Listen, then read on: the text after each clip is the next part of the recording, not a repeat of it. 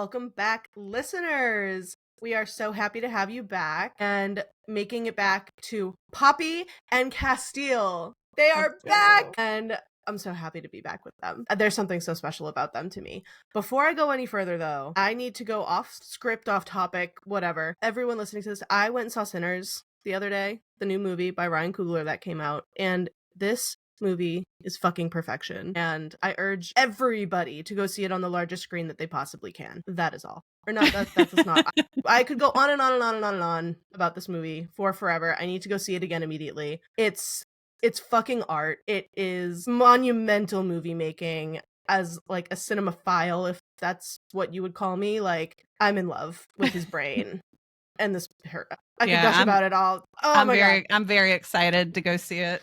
Very excited. It's worth every penny that you would possibly go spend. Get a big popcorn, get yourself a drink, go enjoy. It's beautiful. We'll be able to roll in from one hyperfixation to another. Absolutely, because that's the current one. And I did, in fact, watch Nosferatu again for a fourth time, I think. And I still love it just as much, and I'm continue to be obsessed with it. So had to shout that out because it needs all the attention it can possibly get. And anyway, back to Poppy and Casteel. Speaking of, horror related, I don't want to spoil anything for anyone trying to go into Sinners blind. So I write, this intro about, yay, we're back with Poppy and Casteel because I myself am a hardcore Casteel stan. I totally get Nikdos love. He is divine. He is so wonderful. As is Sarah. She is a badass bitch, and I love her. But there's just something about Poppy and Cass that gets me excited, like Flesh and Fire just doesn't at this point. But we've only read one book, so there's time to ruminate and to grow on me. But after reading as far as I have in the Flesh and Fire series, I'm still hardcore into Casteel. Nikdos, I don't know. I need the dark-haired man. I'm like, I got the redheaded part of it. I'm the redheaded FMC. Poppy, so I need my dark-haired MMC. So there we go. Anyway, I'm getting off topic again, but it is time to go to battle and figure out what being a queen in wartime is all about. Not to anyone's surprise, I think she's gonna crush it. Oh, definitely. Absolutely. And Casteel's in a world of hurt right now, being held captive by Isbeth, while Poppy plans to fight to retake the Atlantean lands. So she's out doing work right now. Mm-hmm. We also may or may not be getting started into some crossover territory. Mm-hmm. The info we've learned from A Shadow and Ember has definitely started popping up into this book, which is very fun to see and decipher. I'm also like picking through the threads with a magnifying glass, like, oh yeah, where's the always sunny meme? Exactly. JLA continues to effortlessly weave the information in without being overbearing for readers, which I love. I think she does such a good job at that, especially for readers who may or may not be doing the tandem route. Not everyone does it, but it gives you enough to learn the lore while not getting buried in the text. So hang on, y'all. It's going to be a rough start. It's going to be rough. Yeah. So in honor of rough starts, let's go! Yay!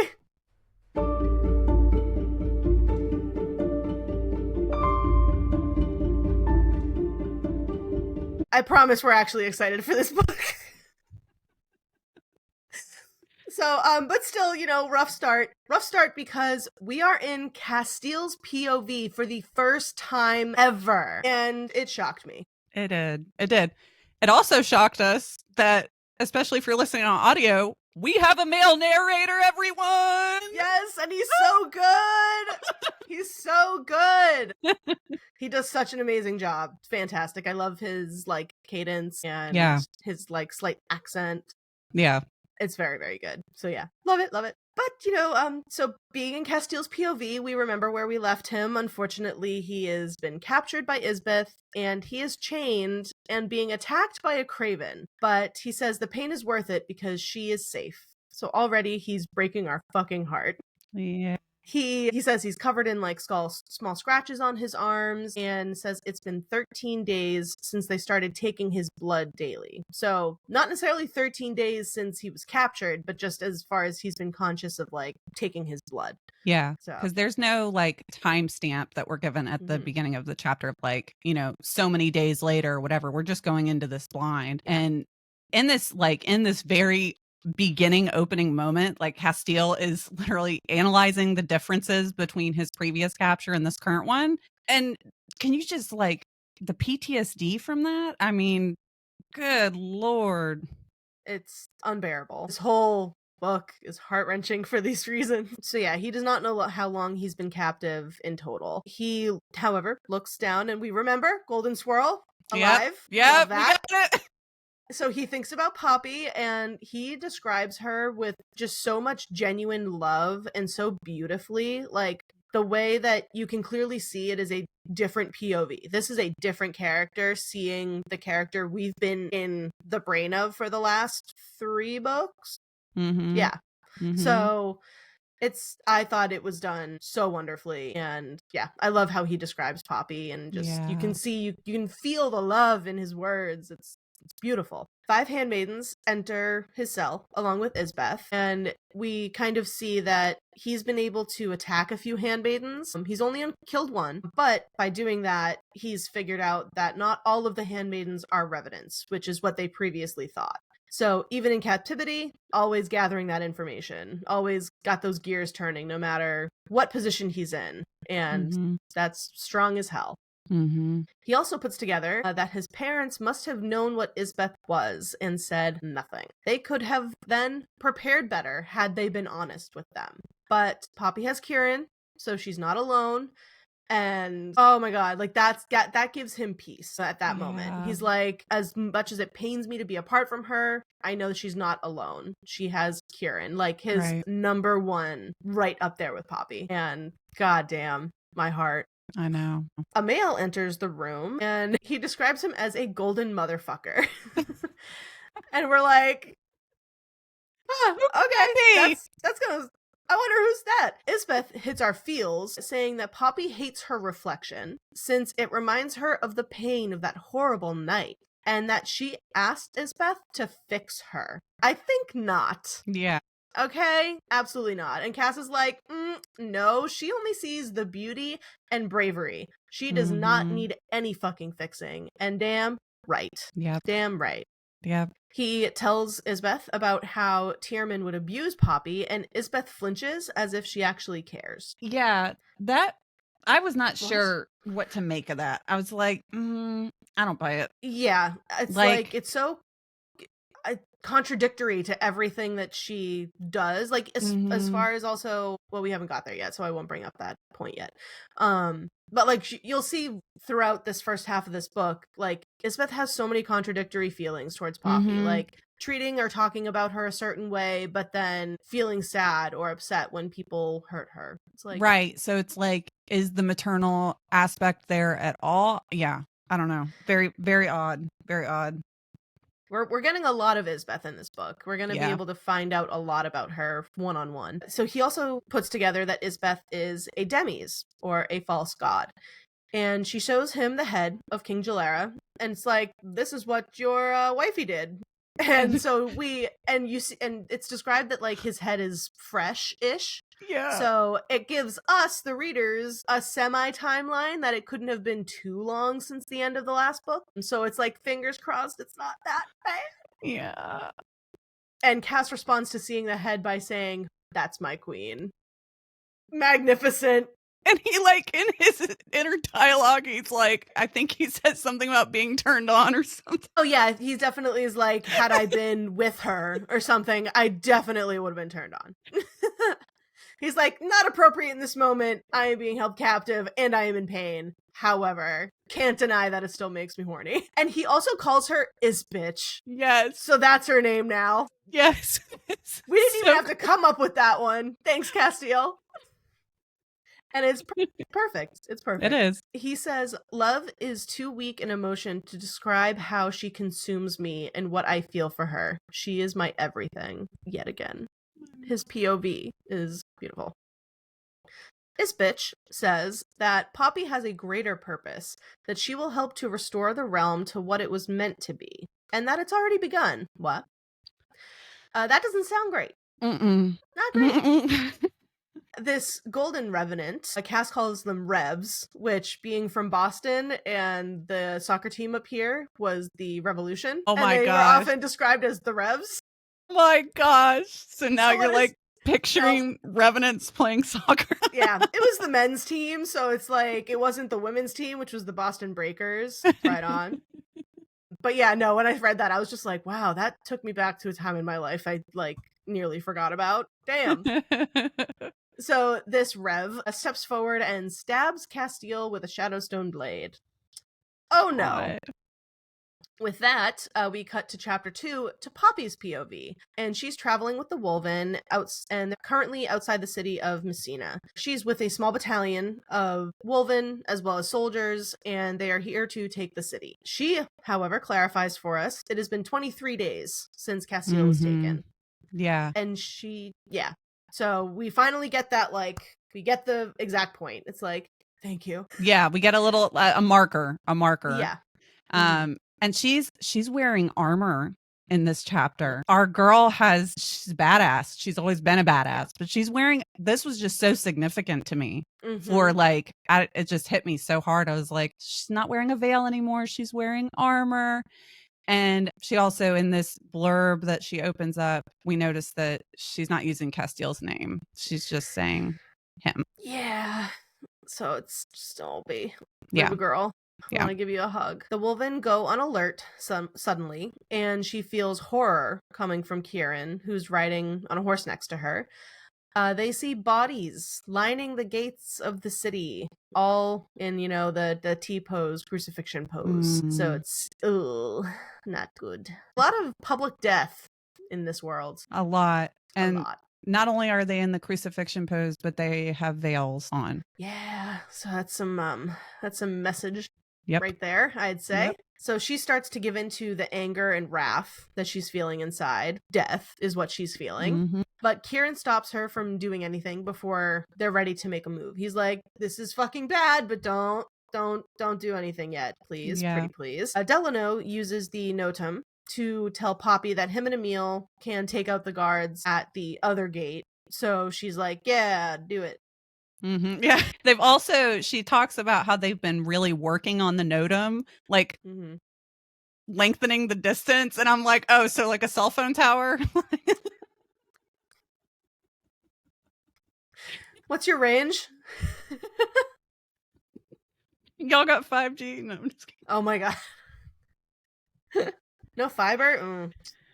But yeah, on a serious note, she says, so I could fight like a god. I was like, that's fucking right, girl. That's right. She's like, yeah, I might be trained to fight physically, but I've got all these new powers that I gotta train with too. Yep. And love that. So she uses said powers in ether to snap the necks of some of the guards. So yeah, clearly those skills are improving. They silently attack the ride's guards, taking them all out, and sneak through the gates. They come upon the barracks, where Poppy gives the guards the option to surrender or die. They choose to die, so they do. The Wolven, Atlanteans, and Poppy make it to Cauldron Manor, where the Ascended have retired for the day, and her and Kieran make their way through the manor, along with Delano, Venetta, Emil, and a new Wolven we are meeting for the first time, Sage. The Ascended will be underground, and Kieran finds the long hidden hallway. As they walk through, they find cells filled with Craven. Ugh. What the fuck? They then find the Ascended and get them to surrender. They all had a part to play in the mortals on the wall, though. So they'll all die, and they do. And she leaves the Duke for last and makes it hurt. So, for the first time since Casteel was taken, she feels nothing. Nothing. So she cold-hearted right now, and I love it. Yeah, she's no mercy whatsoever. Yeah. Chapter 3, 28 days later. Poppy is struggling with the rage, anger, and pain she's feeling inside of her. She feels a deep desire to unleash all of that power that tasted of death.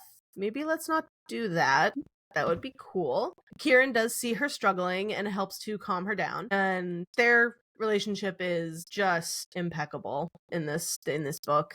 We're gonna get farther into it, but my god, if we didn't love Kieran already, if you're not a fan, if you're not like a hardcore Kieran fan after this book, I don't know what you're reading. Yeah, we can't do anything for you, and you're wrong. No, I'm just kidding. It's you're entitled to your opinion. It's just not necessarily the right one.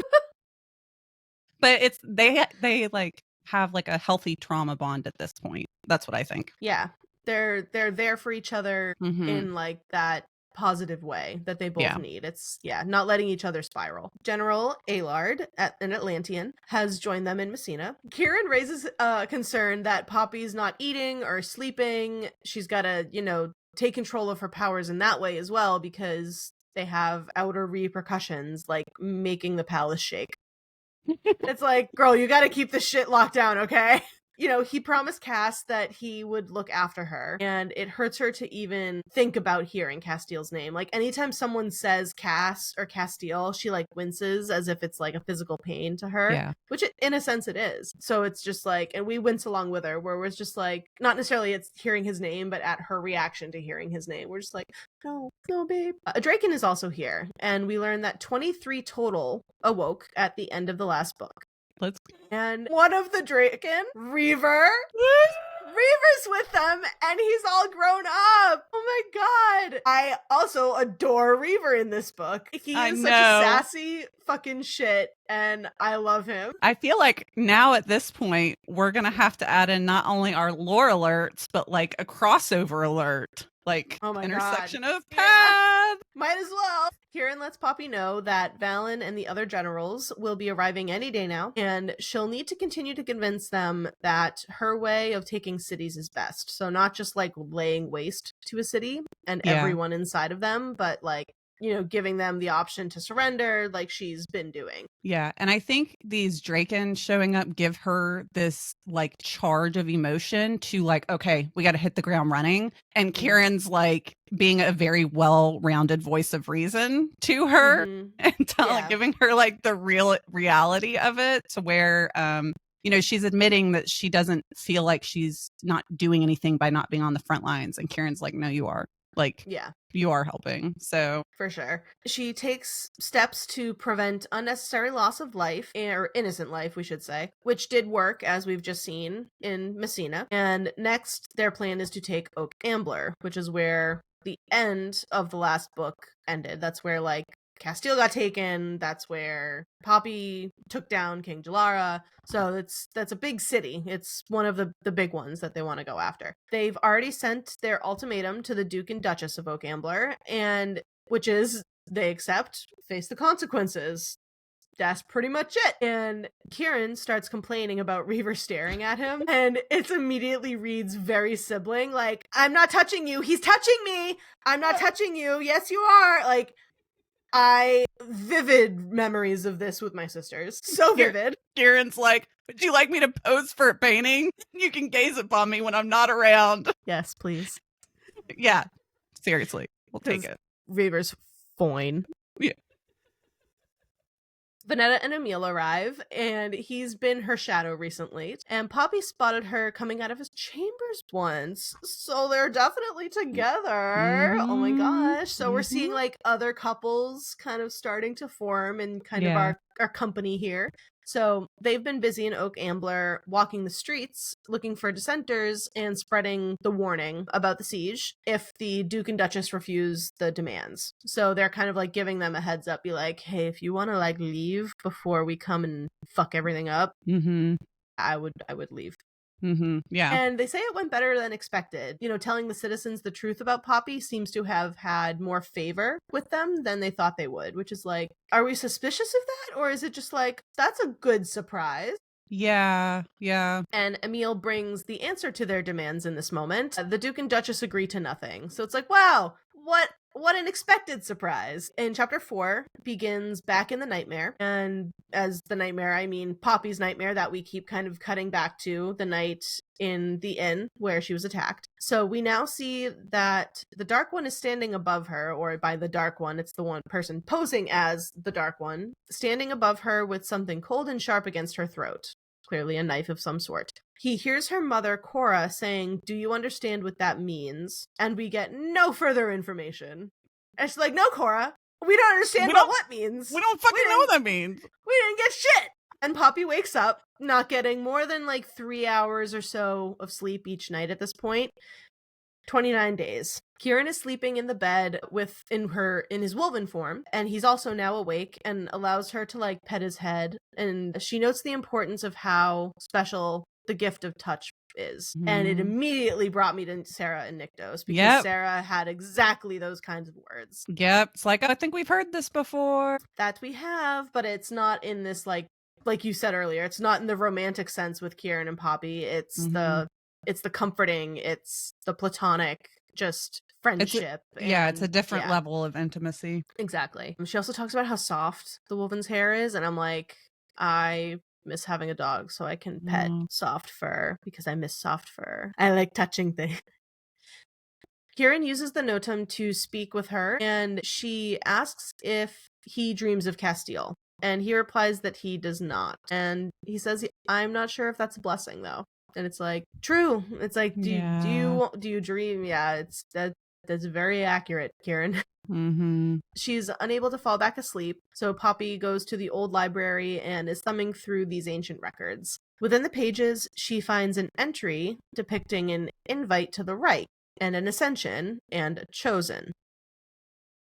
Okay, so it's like we've got some pop-up words here that we're like, we've seen those before, but these things are things that should not have existed when these like records existed, since the ascension only became a thing once the ascended took control, right, because they totally haven't lied about everything else. Out of the darkness of the halls of the library, an old woman appears who has been known to wander the place, and she approaches, saying that the first mortal was born from a primal and a draken. She came out of nowhere, and I probably would have punched her, quite frankly. Oh yes, in a dark, creepy library with no electricity. We are just candlelight, and you're just gonna shuffle out of the darkness like that at me? Absolutely not. Be like, no, fist meat face. Yeah. And I would feel bad after the fact that it was an old woman, of course. But I'm like, you gotta give me a heads up that you're coming. Right. Okay? Right. But that would be terrible either. I'd probably run the other way. Someone at the end of a dark hallway, you just hear a voice coming, be like, "Hello?" I'd be like, "I'm gone. Goodbye." I am running in the opposite direction. So all in all, maybe just don't approach anybody in a dark area. That's a good piece of advice. This woman says she was once called Vessa. And she has a stale scent, which is a little suspicious. Got a lot of stale scents in these books. She says that she doesn't deserve the ascended, or she doesn't serve the ascended, I'm sorry, but she serves the true crown, and she waits for the one who was blessed, and proceeds to list off the message from the prophecy. Bitch, what? Yeah, like, I'm also, you serve the true crown? Red flag. So, yeah, red flag. She waits for Poppy. She waits for death. Then tries to stab Poppy, calling her the harbinger of death and destruction over and over and over again. Oh my god. Listening to it on audio literally enraged me. It enraged me. Oh. I was like, I'm so annoyed right now. I want to sock this woman. Smack the shit out of her. Like, I won't go close-fisted. I just open palm slap you at that point. Like, because you're being held back, you're a frail old woman, you're not like, yes, you tried to stab me, so I should just kill you immediately. Right. But, like, the fact that she's being held back by the Wolven and just screaming, "Harbinger!" And it's just like, I would smack her in the face, just be like, shut the fuck up. Poppy is not choosing violence. She's trying to de-escalate the situation, and she keeps screaming "Harbinger," and Kieran's like, I don't think she heard you. Sassy ass bitches! Yeah, like, insane. This woman's insane. Yeah. Kieran, like she said, Kieran appears, and she calls her a Laruya, if I got that right, which is a spirit, essentially. He calls Nail to come and get the woman and bring her back to her rooms, or at least that's what Poppy orders. And they're just like, her rooms? Maybe a cell? And she's like, she's an old woman. And it's like, old woman or not, what do you mean, what harm could she do? She just tried to stab you. Yeah. Like, Kieran is correct. He's like, do you know what would happen if this happened anywhere else? She'd be dead already, actually. Coming in as the voice of reason, per usual. Yeah. Like, they should at least be in a cell, old person or not. They are violent. Like, and clearly working for the opposition. Yeah. Like, she my God. Yeah, it's not like she just attacked you out of nowhere and you could assume like maybe she's delusional or she's because she's older, she doesn't have all of her mental capabilities at her wits or something. Yeah. But no, she's clearly conscious of what she's doing. It's crazy. So Poppy fills Kieran in on these new truths that she's found out about the rite and how old it is. Chapter 5. 30 days. The shit. The fact that each chapter is starting like this, it just gets you in the mindset more and more and more, rather than just saying like the next day. It's just like, no, you're going to know exactly how many days. Because if you've been, I guess it could be on the scale of anything, like if you're looking forward to something, or in this case, if you're in a state of grief, like at least for me with heavy grief, I would have to count down like the hour, you know? Yeah. And so, yeah, exactly like you said, it just gives such a perfect immersive experience of like, we're waiting to. Yeah. Oh my God. Exactly. We are waiting to, yes. Poppy is sitting outside with Reaver nearby in his mortal form, naked, which she points out, and he says, so observant. Great, thanks. He's essentially just like, thanks, Captain Obvious. He's such a sassy little bitch. I love it. And a part of me is like, there's no way that didn't come from Nyktos and Sarah. I know we're not very far in those books, but we know Reaver is around them heavily in that first book. There's no way it didn't come from that. Yeah. The Draken are in fact bonded to her, and he tells her that gods can be killed by Shadowstone, which we know from Shadow in the Ember.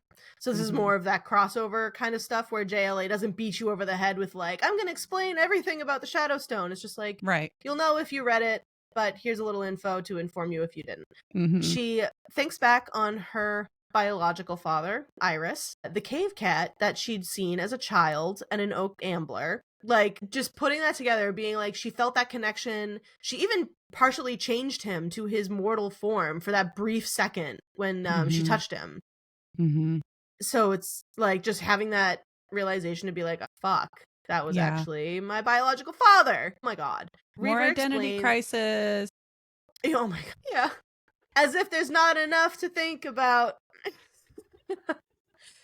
Poppy asks Reaver how long that he's been held captive, and Reaver explains that Iris left Elysium while they all slept after waking one Draken to go with him, named Jade. As in Jadis, the little cute baby I would that think we so. saw. Oh my God. But where is she?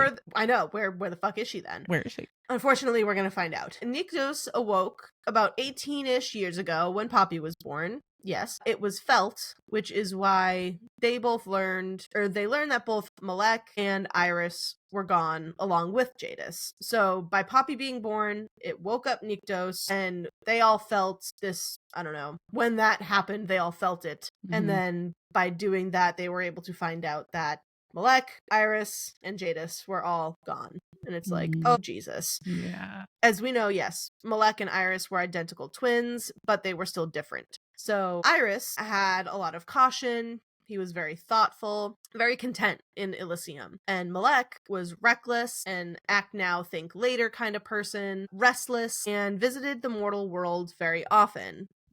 And it would slowly weaken him the longer that he stayed. So then he fed. And it's like, all right, we're getting a little bit more taste of what Malek is like as well. Yeah. So primals do need to feed, and Malek had to often. And mortal, primal, Atlantean, another god, a wolven, pretty much they could feed on anything but a Draken, pretty much. Because Reaver explains that, yeah, if you were to drink my blood, you'd just pretty much burn from the inside out. Burn from, like, oh, okay. Oh, noted. Thank you. This means that Poppy will need to feed, not as often as Malek, unless she gets injured. And until then, she'll need to feed to not weaken, because she also hasn't finished her culling yet, though she has ascended. So she's made kind of like a step 1 but she's still got to go through the culling. Reaver fills her in that using the ether will weaken her over time if she hasn't completed the culling. So, like, doing all of this power work that she's been doing and all the training, it's gonna be weakening her quite a bit. Even primals have weaknesses. Only one is infinite. And Reaver calls Kieran her Wolven, and she corrects him, like, no, they don't belong to anyone. And he says she sounds a lot like the consort. And apparently the consort will wake upon Iris's return. What? That's interesting. Poppy asks what her name is, and Reaver says the primal of life has forbidden us to speak or write her name. And he says, to speak her name is to bring the stars from the skies and topple the mountains into the seas. So badass. Sarah, what happened, girlfriend? Yeah, seriously. Oh my God. So, like, yeah, this is what I mean by just dropping these little nuggets in the other series. We're now just like, JLA, what's gonna happen? What's about to happen? Especially because for both of us, neither of us have read Born of Blood and Ash, which, as everyone knows, is the final book right now for the series. So you and I, when we get to that point, will be having live real-time reactions together. I think that those portions are going to need to be chapter breakdowns, I believe. Yeah, absolutely. For sure. So those, for everyone listening, those will be fleshed out a little bit more. No pun They intended. will. Because just like you said, getting notes like this, it's like, oh my God, what are we walking into? Trying to take that in for the first time and spit all that information back to you. It's gonna be, yeah. we're gonna need to break that down. Reaver jumps and then shifts into his Draken form and flies away. I also forgot to mention that as they're having this conversation, he's kind of perched like oh fuck. Of course I'm blanking now. Don't fall. Oh my God. Yeah, he's gargoyling it like his dad. But then also he's naked, so you know that it's just hanging there. He's a whole mood. I love him so much. He totally is. Reaver's fantastic. Yeah. Kieran approaches and is incredibly tense. So it's like, uh-oh, what's going on? Yeah. And the others around them are as well. And Kieran carries a small wooden box. What's in the box? It says, for the Queen of Atlantia, from the Queen of Solace. And Poppy is immediately like, well, how the fuck do they know that we are here? What exactly. the hell? Exactly. The royal guard who brought the package slit his own throat upon delivering it. And only Poppy's blood is going to open the box. So she kind of pricks her finger, uses her blood to open the box, and it's not good. It is, inside the box is Casteel's ring. His wedding ring is in the box, still attached to the finger Poppy placed it on. So Isbeth cut off Casteel's finger. Cut off his fucking finger. Mm-mm. And the way that it's drug out in this chapter, the way that JLA writes it, you're like reading it for like 5 minutes of this whole process, and you're like, what is in the fucking box? Yeah. We gotta describe the outside of the box, and then the inside of the box, yes. And then the ring in the box, and then what's attached to the ring. And it's like, oh my God, it's like the tree and the nest and the hole. Yes. But the whole, I just have to just comment on how sadistic this whole fucking concept is, because not only is the love of Poppy's life being held captive, right? Like his finger with the wedding ring, everything that is sacred and has brought peace to Poppy's life, and having to use her own blood to open the box. Mm-hmm. That's why reading this part, like the whole thing about Isbeth flinching when hearing about the Duke back in chapter 1, mm-hmm. Stuff like this, I'm like, fuck, another level of psychotic. 100%. She is so sadistic. And it's like, Atlanteans can heal faster. They can't regrow anything. So by removing not only the ring, but also his finger, it's like, you'll never be able to have a ring on his finger ever again. You gotta keep it detached, actually. And just fucking awful. I'm just glad that she didn't take the whole hand with the imprint or something, because that would have been really, we all would have needed massive amounts of therapy, quite honestly. Yes. And I've said it once, I'll say it again. Speaking of needing therapy for this, my therapist recommended the series to me, everybody. Love that. I love that so much. She said, you sound like you like a vampiric werewolfy horror romance book. Read this. And I'm like, okay. And then here I am. An incredible therapist. She's fantastic. After we get that reveal, Chapter 6 begins, and howls echo from within the city. Poppy feels guilt, as in, like, she now is just thinking this is all her fault, because she sent the king's head back. So she brought this on Casteel. And it's like, no, Isbeth made the decision to do this of her own accord. Just because you do something, that person's reaction to that is not your fault. Not your fault. I wanted to shake her in that moment. I know. The ether starts to seep out of her. She is no longer Poppy. She is furious, as you understandably so. So she's like, no more waiting. Poppy gets really dark for a minute here, and Kieran interrupts, able to talk her down again. So you can see that he's the balance that she needs. Yeah. For dealing with all of this. And then Poppy's voice turns into something that is not entirely her own. That like ancient power. She says, I'm going to slice every finger from the Blood Queen's hands. I'm going to peel the flesh from her body. Then I will rip her tongue out from her mouth and tear her eyes from her face. Yes. Give it to us, please. And we say, promise? Yeah. Kieran keeps calling him Cass and pleading with Poppy. If she goes now, in this mental state, she's going to become exactly what the people are so fearful of, and she will never forgive herself when she comes to. And that does kind of kick her in gear, and she's back. Poppy's back in her right mind. Do you know what I just thought of? Like, hearing you read that out loud. I feel like Kieran is like the fluidity, like water to put out Poppy's fire. Totally. Yeah. That's a very good analogy. Yeah. I just got this like mental imagery of him just, I don't know how to explain it, just like easing everything. Yeah. No, that's a very accurate way of describing how they are interacting in this book, and how Kieran is so fluid in these super critical moments. Every single time he shows up, man. Find you a man like fucking Kieran. For real. God damn. For real. Like, Casteel, I love you. Like, top tier man for me. But Kieran, he's right up there. He is right up there. And people have, there's, in our book club, there's custody agreements and things of sharing these characters. There's certain days assigned. And yeah. Because we want to be fair. Everyone deserves to have a little bit of Kieran, you know? After Poppy comes back into herself, Kieran is shaking because her power is forcing the Notum to make him shift, but he's able to resist it. So in that moment, I'm just like, hot. The control, the self-control. Yeah. And then he brings her into his chest for a hug. And as we just continued saying, like, their relationship is just so fucking beautiful. He is understanding of her emotions and rage and is able to be her rock.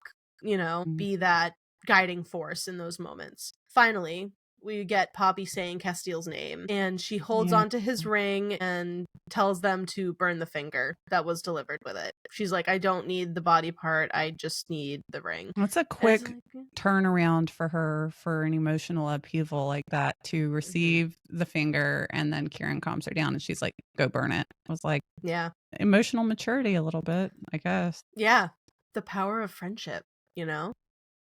I feel like we need like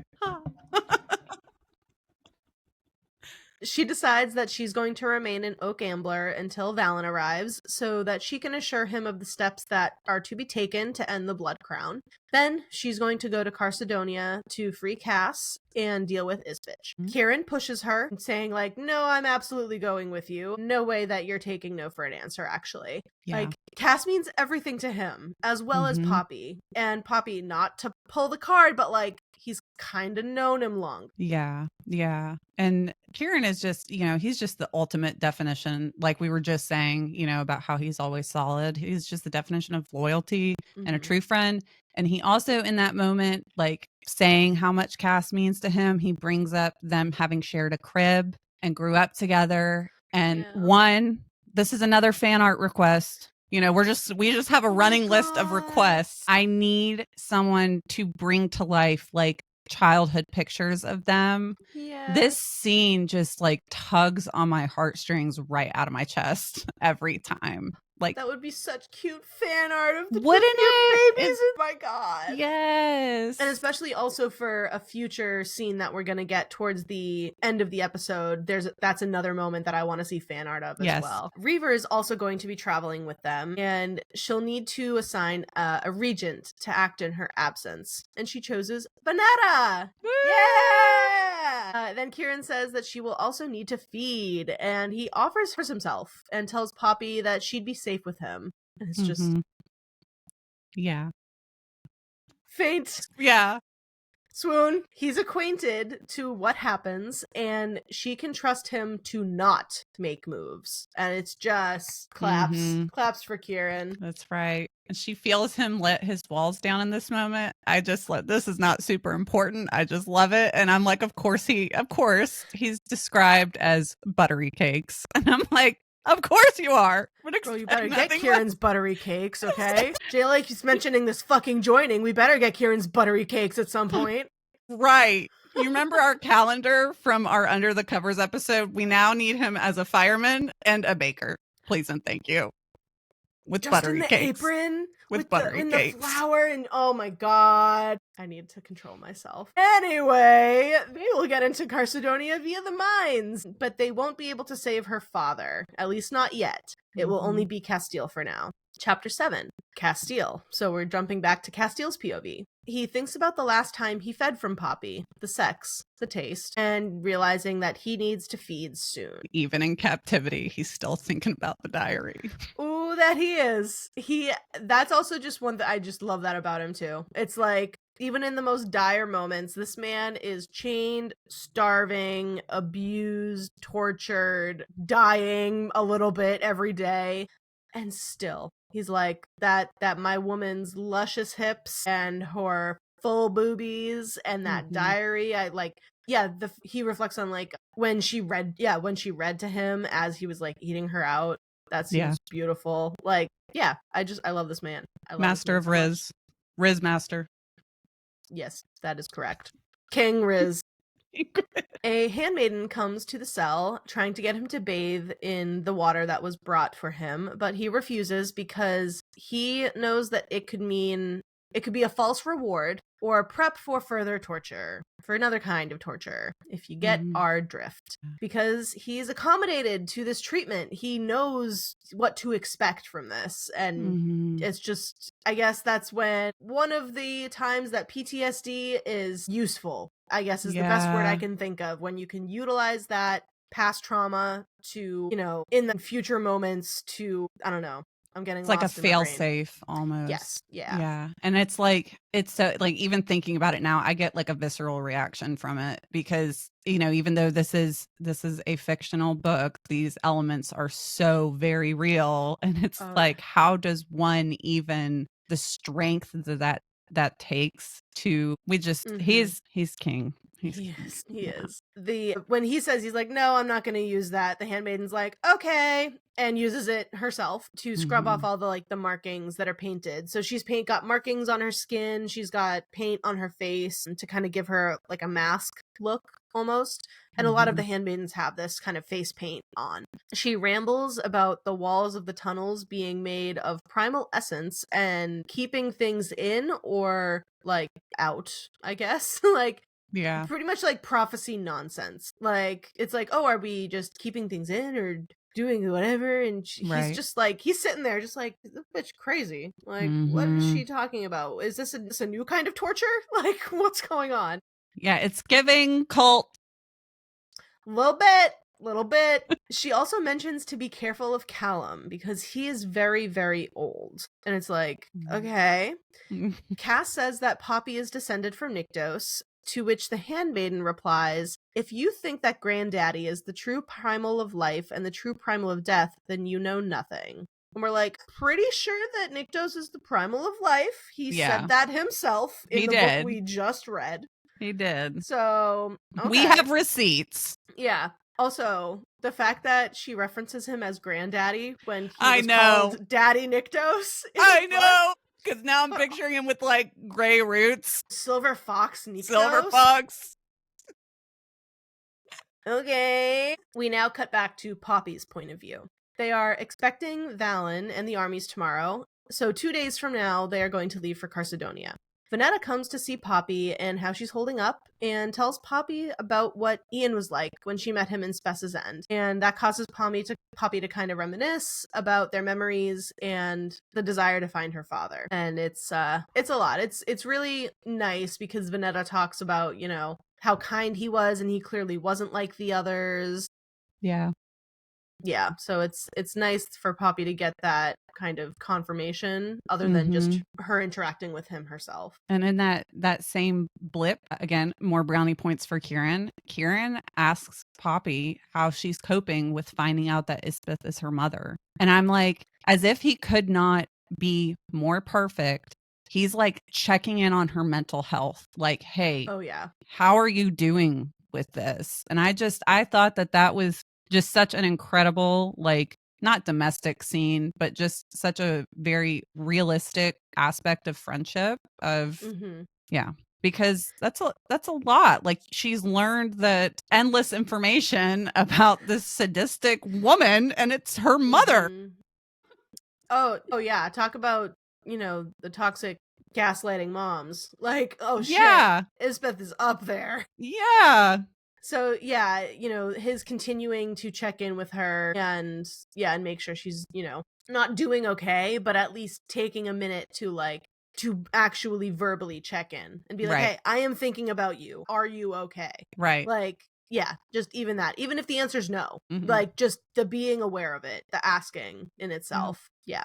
Poppy summons a drop of ether to burn the card that came with Cass's finger until it's ashes. So she hadn't read the card that came with it until this moment. And it essentially, another part where Isbeth is the fucking worst, is she essentially is like, I'm so sorry that I had to do this to him. You gave me no choice. Exactly. Like, the fucking gas as if I didn't hate her enough. In that moment, sorry. I was like, oh.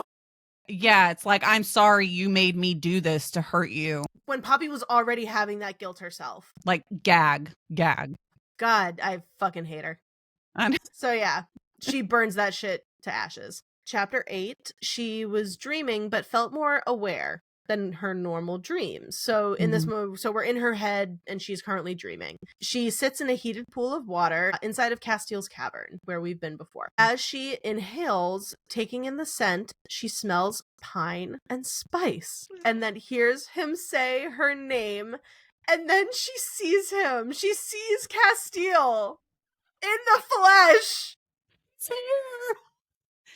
And they're kissing. He looks rugged. You know, he's got a shadow of a beard, which I know that he's being held captive, but dear God, I need to see Casteel with a beard. Yeah. Oh, 100%. I'm a fucking sucker. That's like the one thing that I wish more MMCs had is like, yes, the long hair, cool. Love the dark, broody long hair. Give me a fucking beard. Give me the facial hair, please. It doesn't have to be long.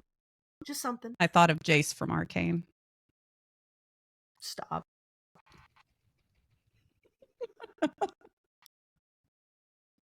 You're welcome.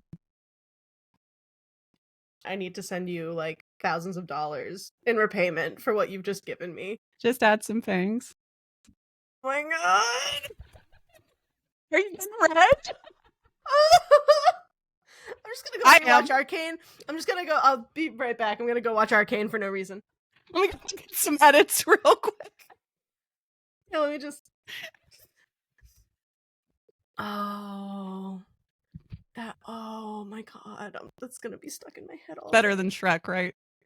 Oh my God, so much better than. Thank you for this. Thank you for this. Oh my God. Thank the Lord. So they both move to hug and kiss each other, and they start getting a little hot and heavy as well. And he says, "You have no idea how badly I needed to hear you."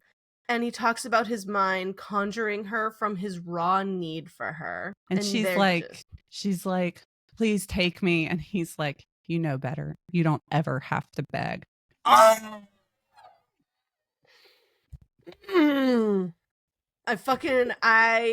will never not fold for anyone saying you never need to beg. The please and never need to beg. I've written Asterian smut with this. Like, I fucking love this. And he feels her, she feels him, and they're like, this feels real. So we're getting the sense like this might be more than a dream, maybe. Mm-hmm. Poppy gets a good look at him, and she sees that he looks too thin. He's too defined and feels cold. Then he says heartmates and tells her to find him again, and then she wakes up. And it's like, what? Yeah. What? Come back. Come back. In that moment, I'm Rose. Come back. Taking in her surroundings, she can still smell Casteel on her. And Kieran wakes up and shifts into his mortal form, asking her, what's wrong? I just read my note before I finished that sentence. He asks, did you have a sex dream? Because we know he can also smell it. Right. Oh. Right. Yeah. He's able to smell Casteel on Poppy's hair. So I'm like, the power of the sex dream? It's wild. Yeah. I was referencing smell the arousal part of it, but he also does physically smell Casteel on Poppy's hair. But yeah, so the power of a sex dream, it truly is wild. She tells him about what Cass said, and he says that his father, so Jasper, said that heartmates could walk in each other's dreams. It's like, sounds about right. Yeah. Why not? Why not? Yeah. A storm is heard approaching outside. There's thunder and bolts of lightning that are flashing all over the sky. And it's more than thunder, though, because the earth is shaking, too. So it's like, what the actual fuck is happening? Mm-hmm. So Kieran, Nail, and Poppy get outside and spot the Draken flying into the storm, which it's like, why? And Reaver is on the ground in his Draken form and starts kind of making dragon calls to call them back. And so they hear him, they start descending, and as they start to come back, the lightning arcs across the sky in ping-pongs, hitting every last remaining Draken. And they all fall to the ground one after another, and then the storm stops. 3 Draken are left alive. All of them. So 20 Draken, right? They said 23 awoke? Well, we don't know. They don't have all of them with them, so... But they said 23, yeah. But yeah, so 23 in total have awoken. So 3 Draken among the ones that they have with them have landed alive. This is chapter 8. Yeah. Poppy approaches a shifted Draken and tries to bring him back, but is unsuccessful. Even though, like, Reaver has shifted and tells her that they're gone, she can't save them. She can't bring back person of different 2 realms. So the Draken and the Wolven, remember? Yeah. That whole scene is really heartbreaking because, like, she's begging and pleading. She's, like, wanting to save him. And that's where we find out a big difference between her and, looking at crossover parallels, that Poppy cannot bring life back at all. She can only heal. Whereas what we saw from Sarah in Shadow and the Ember, she's a little necromancer. So. Well, Sarah can't. So Poppy can bring people back to life. She just can't bring back beings of 2 realms. Okay. So she can't. Well, I completely missed that. Yeah, no, because she brought back, like, that little girl in the last book. That's right. Let me, honestly, I partially black out during these episodes, so, like, writing the intro from the previous episode, I'm like, what the fuck even happened? I know. I'm gonna have to make notes for my notes. Yeah. So, yeah, no, Poppy can bring people back to life. It's just not beings of 2 realms. So not the Draken and not the Wolven. Got it. Okay. All right. Yeah. So there are 16 Draken that have just died in this moment. And this was no storm, it was an awakening. And Poppy races to the manor to speak with Vessa, the old woman, and finds her in the midst of using primal magic. So she did this to the Draken for Isbeth. And reading this note in that moment, I'm also thinking, if you've seen Nosferatu and the scene where Ernok is communicating with Count Orlok, and he's like carving, he has like a ritual, and he's all naked, just like sitting there and like sucking his blood and doing all that shit. I'm like, that's what I picture here. Yep. Tessa's just sitting in the middle of like all of this like magic stuff around her, and like, oh my god. Yeah. And I think when Poppy walks back into the room, she's like, I'm her, and I was like, not this crone again. Shut up. And then Poppy comes in with and death has come for you. And Poppy does kill her right there and then. It's like, yeah, like you maybe should have done it earlier, but it's okay.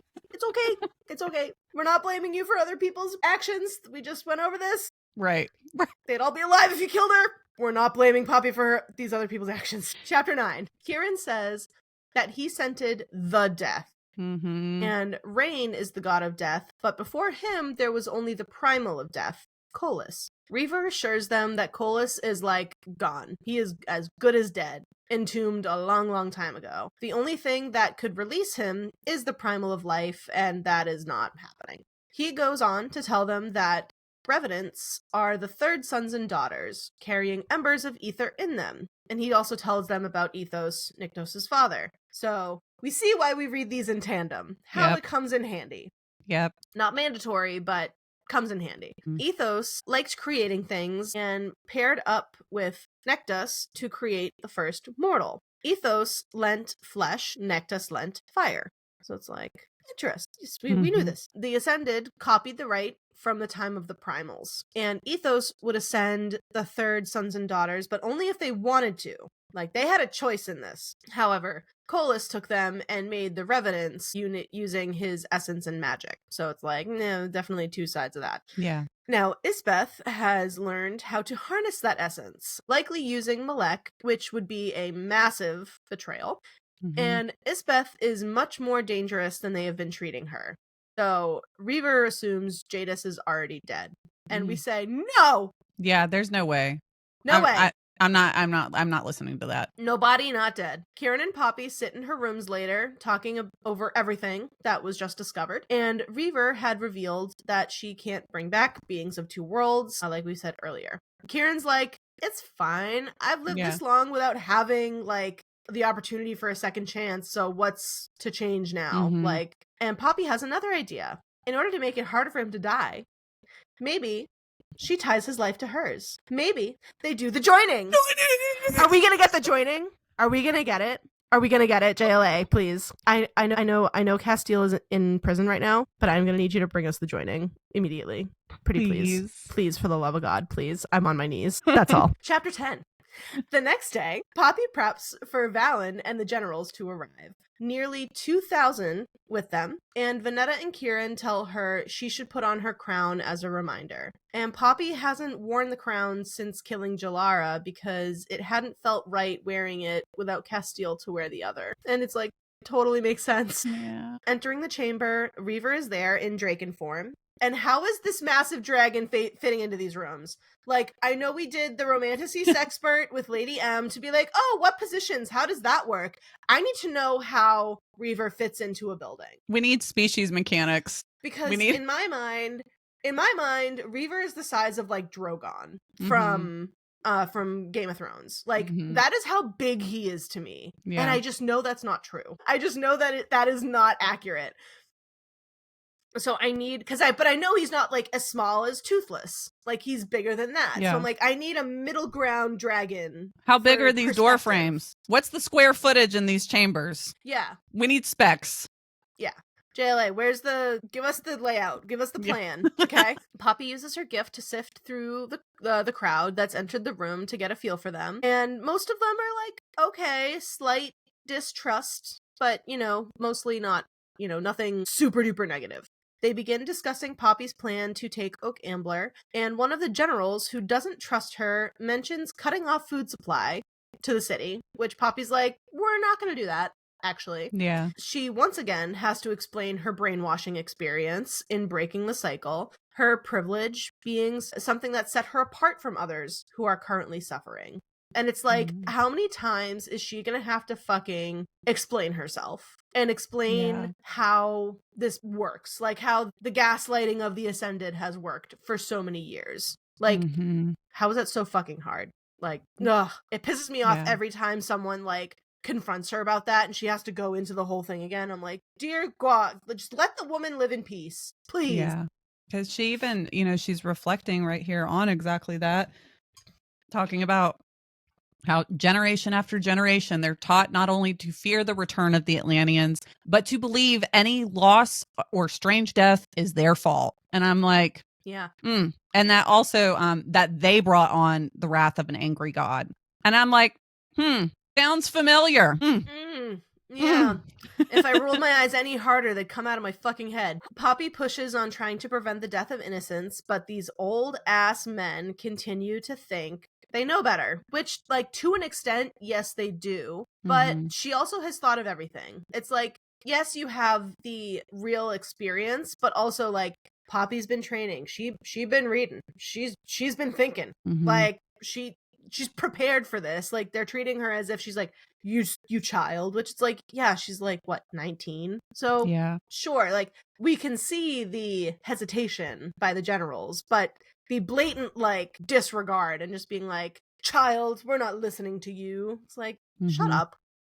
One of the annoyed generals, Aelard, which I just love. What a fucking stupid ass name for a stupid ass person. It's so dumb. Aelard. Aelard. I'm a lard. I'm an Aelard. So he continues to open his stupid mouth. So Poppy lets her ether seep out a little bit and makes a little show of it, that they know who and what she is. It's like, yeah, I may be a 19-year-old girl. However, yeah, I'm a fucking god, bitch. Okay? Then Valen asks her what her plans are after they take O'Gambler. He knows. He's like, what are you gonna be doing after this all happens? And she's like, she goes to find and rescue their king. That's her plan. Valen says that Carcedonia has taken enough of his family, and he doesn't want anything to happen to her either. So that means, like, she's part of his family. Yeah. It's like, you feel that way, like, with an in-law, of course. It's like, oh yeah, I'm like your daughter-in-law. It's a thing, but, like, getting that verbal kind of expression of being like, they've taken enough of my family, they're not taking you too. Like, well, this is a big moment because they've come a long way since she killed everyone in the temple. Sure have. But no matter what he says, her mind is not going to be changed. Yeah, I just love this part. She's just absolute queen, diplomatic behavior. I will not choose between the mortals and the Atlanteans when I can choose both. And we're like this book, you know, obviously the title War of Two Queens, you think, okay, there's going to be a lot of politics in there and a lot of, you know, strategy, etc. But we're really, really getting to see how Poppy's mind is calculating everything on a new level. Like, she has her smarts that she lived with at, oh my God, I'm drawing a blank. Wayfair? Yes. When she was with the Duke and the Duchess, you know, in her role as the maiden. And now we're getting this very tactical mind of hers. I love it. Love it. Yeah. It's really, really good. And Poppy, it's interesting you say why choose, because you have the option for a why choose right in front of you. Thank you. Okay. That's right. Chapter 11, Casteel's POV. Cass breaks off a bone from a recently dead Craven, then thinks about how Poppy and him had dreamwalked. So he gives that a term. And also, once again, reiterating that he does need to feed as well. He's feeling that feeling coming up more and more. It's becoming stronger. Someone has come to his cell, cloaked like he had been in Solus when he was the Dark One. It's Malik, and he is not supposed to be here. It's like a family reunion from hell.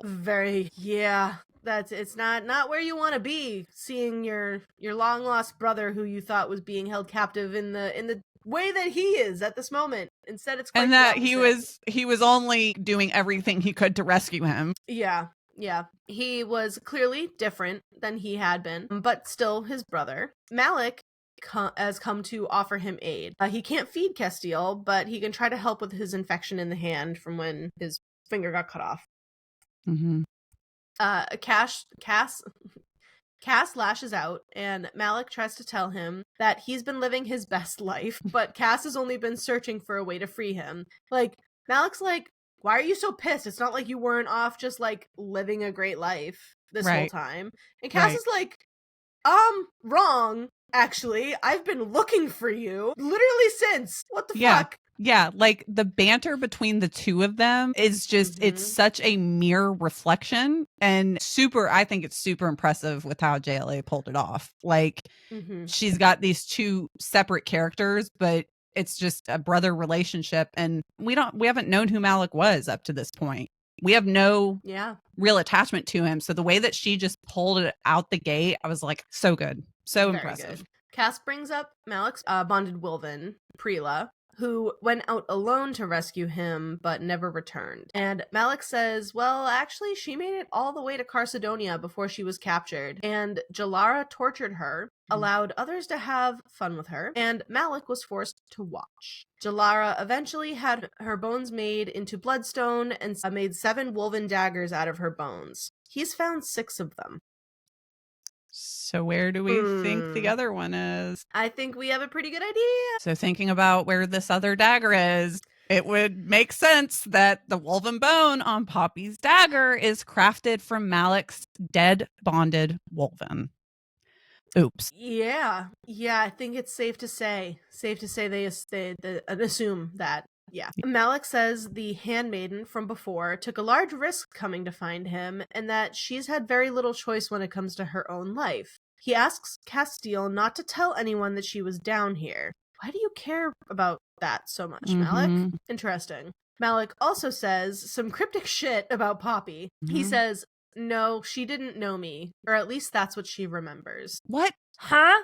What? He has a feeling he'll be reunited, or they'll be reunited sooner than later, and we fucking hope so. Yeah. Let's go. So I want to pause here because this is one of the lines that I was telling you about that made me think about later in the book. Is the person posing as the dark one Malik from Poppy's Nightmare? I'm like, is that Malik? Yeah.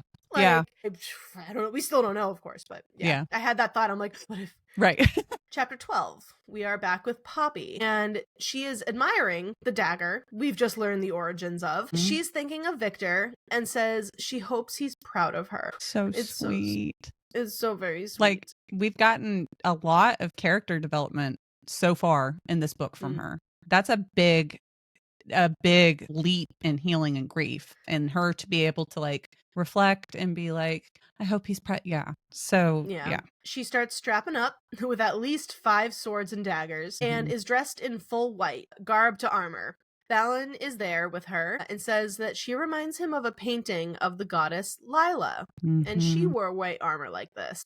Once again, the significance of it, of just her stepping into her power and be like, I am going to go spread blood on this field in this white armor. Oh, yes. Poppy asks him about the dream walking, and he explains it's called soul walking. He also needs to talk to her about something else. That convo with Iluana and how they both knew about the Blood Queen. Let's talk about it. Yeah. Alistair knew before Valen, and Iluana told him after Casteel was taken the first time. So Valen was like last to know. And he doesn't defend their actions and hiding the truth, but it does make it clear that they like regret it though. You know? Yeah.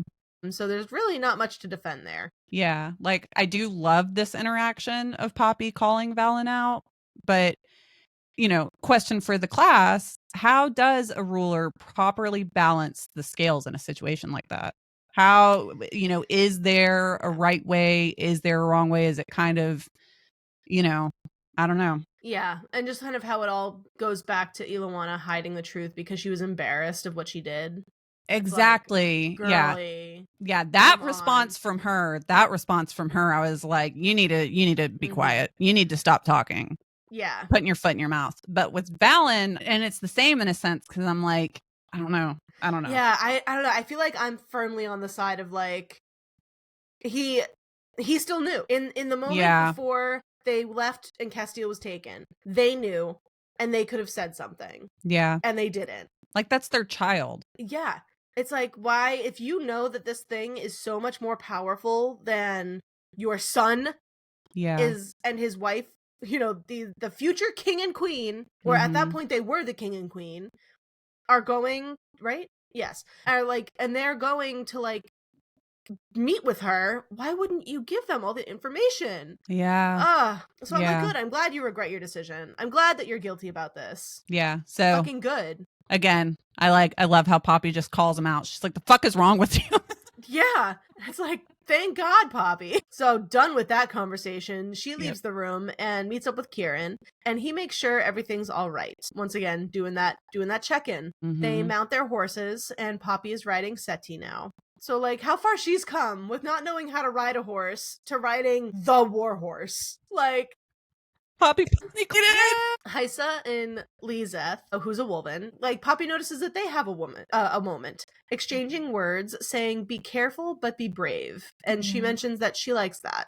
She likes the wording of that. And I agree. Yeah, I do too. Because it's all too often that it's like, if someone says like, oh, be careful, it's like, what, you don't trust me to know what I'm doing, or you don't trust me to be able to defend myself. And it's like, that's not what we're talking about. I like but be brave. It's like, I know you're going to be in these positions. I hope you're safe. However, also be brave. I love that line. Don't be impulsive. Right. Chapter 13. Poppy, Emil, Kieran, and all the Wolven are on their way to the first battle of the war. And it's a sight. It's like, I just envision it being so cool. Like, Poppy on her horse, you got Kieran and Emil with her, and like then just all the Wolven with her. Yeah.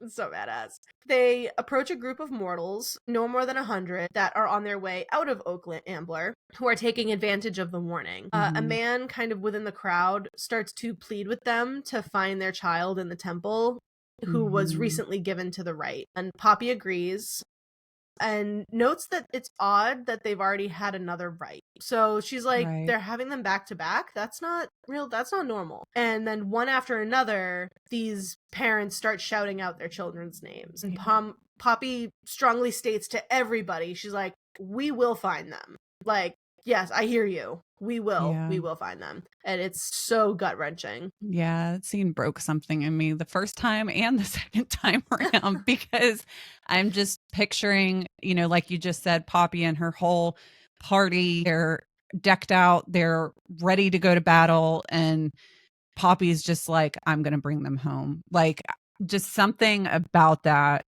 And I think it being a parent, right? And I would say maybe on multitude level, like whether you have fur babies or whether you have human babies, the scenes like that with children always just hit so hard, from having passed that maternal hump and being in it and just picturing. Yeah.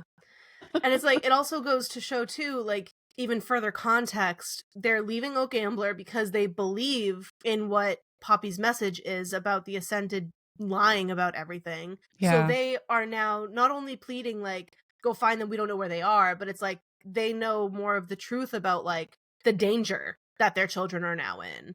And so it's like, then it gets taken back to like I'm already forgetting that family's name for like from the early books, the Tulises. The Tulises. Yeah. Giving their child and like not wanting to. So you can just imagine that these 100 parents or so are people that were like, did not want to actively have their child partake in this, but had no other choice to. Yeah. And so it just hits and hits and hits harder and harder the more you dig into where their minds are probably at this point. And then also just having the courage to leave and save themselves in hopes that their children might be saved in the process as well. Like, oh my God, there's so many layers to it.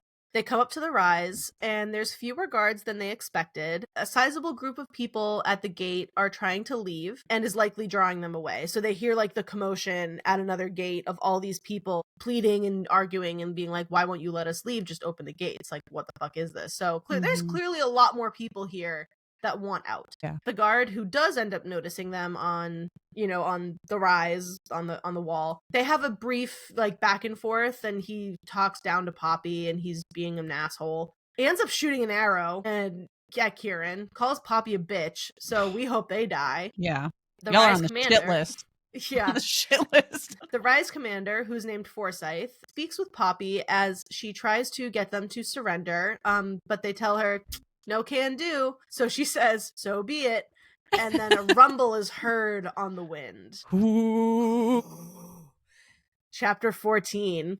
Go. The Draken, Nithe. Yes. So the Draken named Nithe, who is roughly the size of Seti. So this is where I'm also getting so confused. I'm like, so how small is that dragon? Or how big are these horses? Or how big are the horses? Like, Is it toothless? Like, I don't understand. Are we talking Jurassic Park? Yeah, I need a scale. I saw it online years ago, but someone drew when House of the Dragon came out, a diagram of the different size comparisons of all of the dragons. And it was so helpful for me to be able to see this. So I need that version for these books. Yeah. Because I'm like, what do you mean he's the size of a horse? It's still big. That's still a large creature. Don't get me wrong. But like a dragon, I'd be less intimidated by a dragon that big. I don't know why. Yeah, I have a very vivid imagination with reading, but in this case, yeah, my scales are way off. Everything from Reaver in the chamber to horse-sized dragons. I'm like, I don't know what's going on. Because by that standard, I'm thinking like, okay, so if Reaver's the size of Drogon, then Reaver could just eat Knife because he's the size of a horse. Like, it's like the size comparison from House of the Dragon with I can't remember the dragon's name. I can't do more dragons. I'm getting off topic. Anyway, so Knive, the horse-sized dragon, whatever. Then Reaver, as well as two others, go and start attacking the Rise, and it is badass. This battle's intense, so buckle up. It is. So after kind of the Draken make their initial attack, everything's kind of smoky and there's a hole in the Rise, and preparing to fight whatever's about to come through that smoke, instead they see thousands of citizens leaving the city that are now about to be saved by this warning that Poppy gave. And it's just like, wow. Yeah. Big wow. Once they have all evacuated, the Wolven and the armies race into Oak Ambler on their way to Castle Red Rock. Then they see Oak Ambler's defense, guarding the castle where the Ascended were, instead of protecting the citizens. So that's actually where all of the guards were. Wow. Are we surprised? Not really. The Wolven, Atlanteans, and guards clash in battle, and Poppy and a small company continue on. They fight their way to the inner Rise, and Reaver takes out the Rise. And now that they're in kind of the courtyard area, Poppy gives another group of guards a chance to put down their weapons, and after some convincing, they actually do. So it's like, wow, that does work in some parts as well. Yeah, and Poppy's standing on business. She's standing on business. Yup. The Ascended are in the underground chambers, so yeah, let's go kill some vampires. And as I said earlier, I wrote this immediately after seeing Sinners. So go see that fucking movie. I say it again. Getting to the chambers, there should be guards there, but no one appears. And then they start to smell the death and see the blood. And it's a bloody mess. Yeah, this scene is brutal. I mean, there's an entire room of carnage, and is it a feeding room, or is it another message to Poppy that death and destruction are just going to follow her from her defiance? So it's like...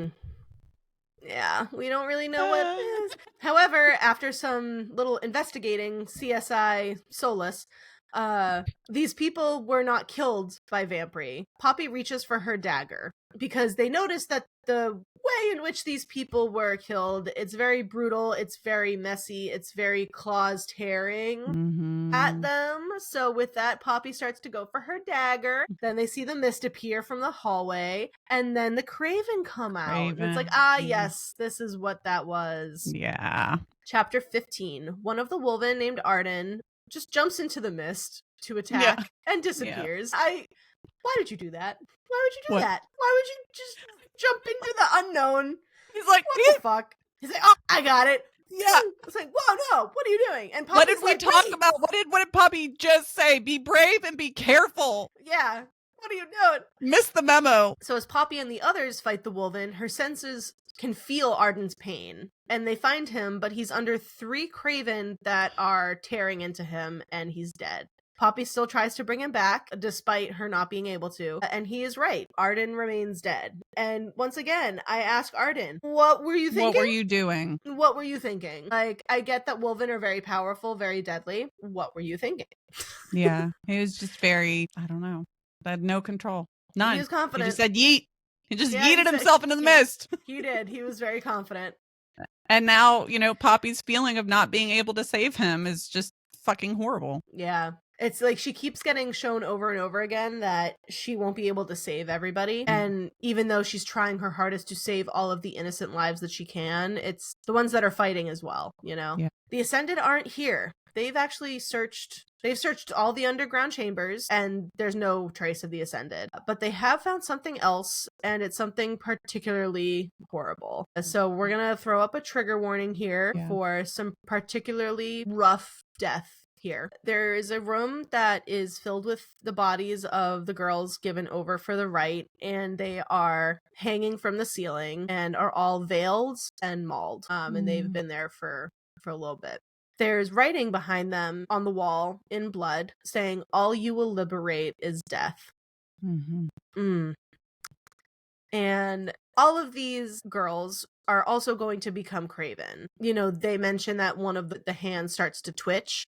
Yeah. Because it's from the Ascended drained them and killed them that way, meaning they're going to come back. And Emil says that they'll take care of it. And just the Ascended continue to be fucking horrid. Like, what the actual hell? And also just the message that all you will liberate is death. So clearly they knew that she was coming, you know, which they did know, actually. So that they did know because they gave them the ultimatum. So that's never mind. But it's the style in which they're doing this. Yes. Right. And looking back in Kingdom of Flesh and Fire, where Casteel pinned all the bodies to the wall, right?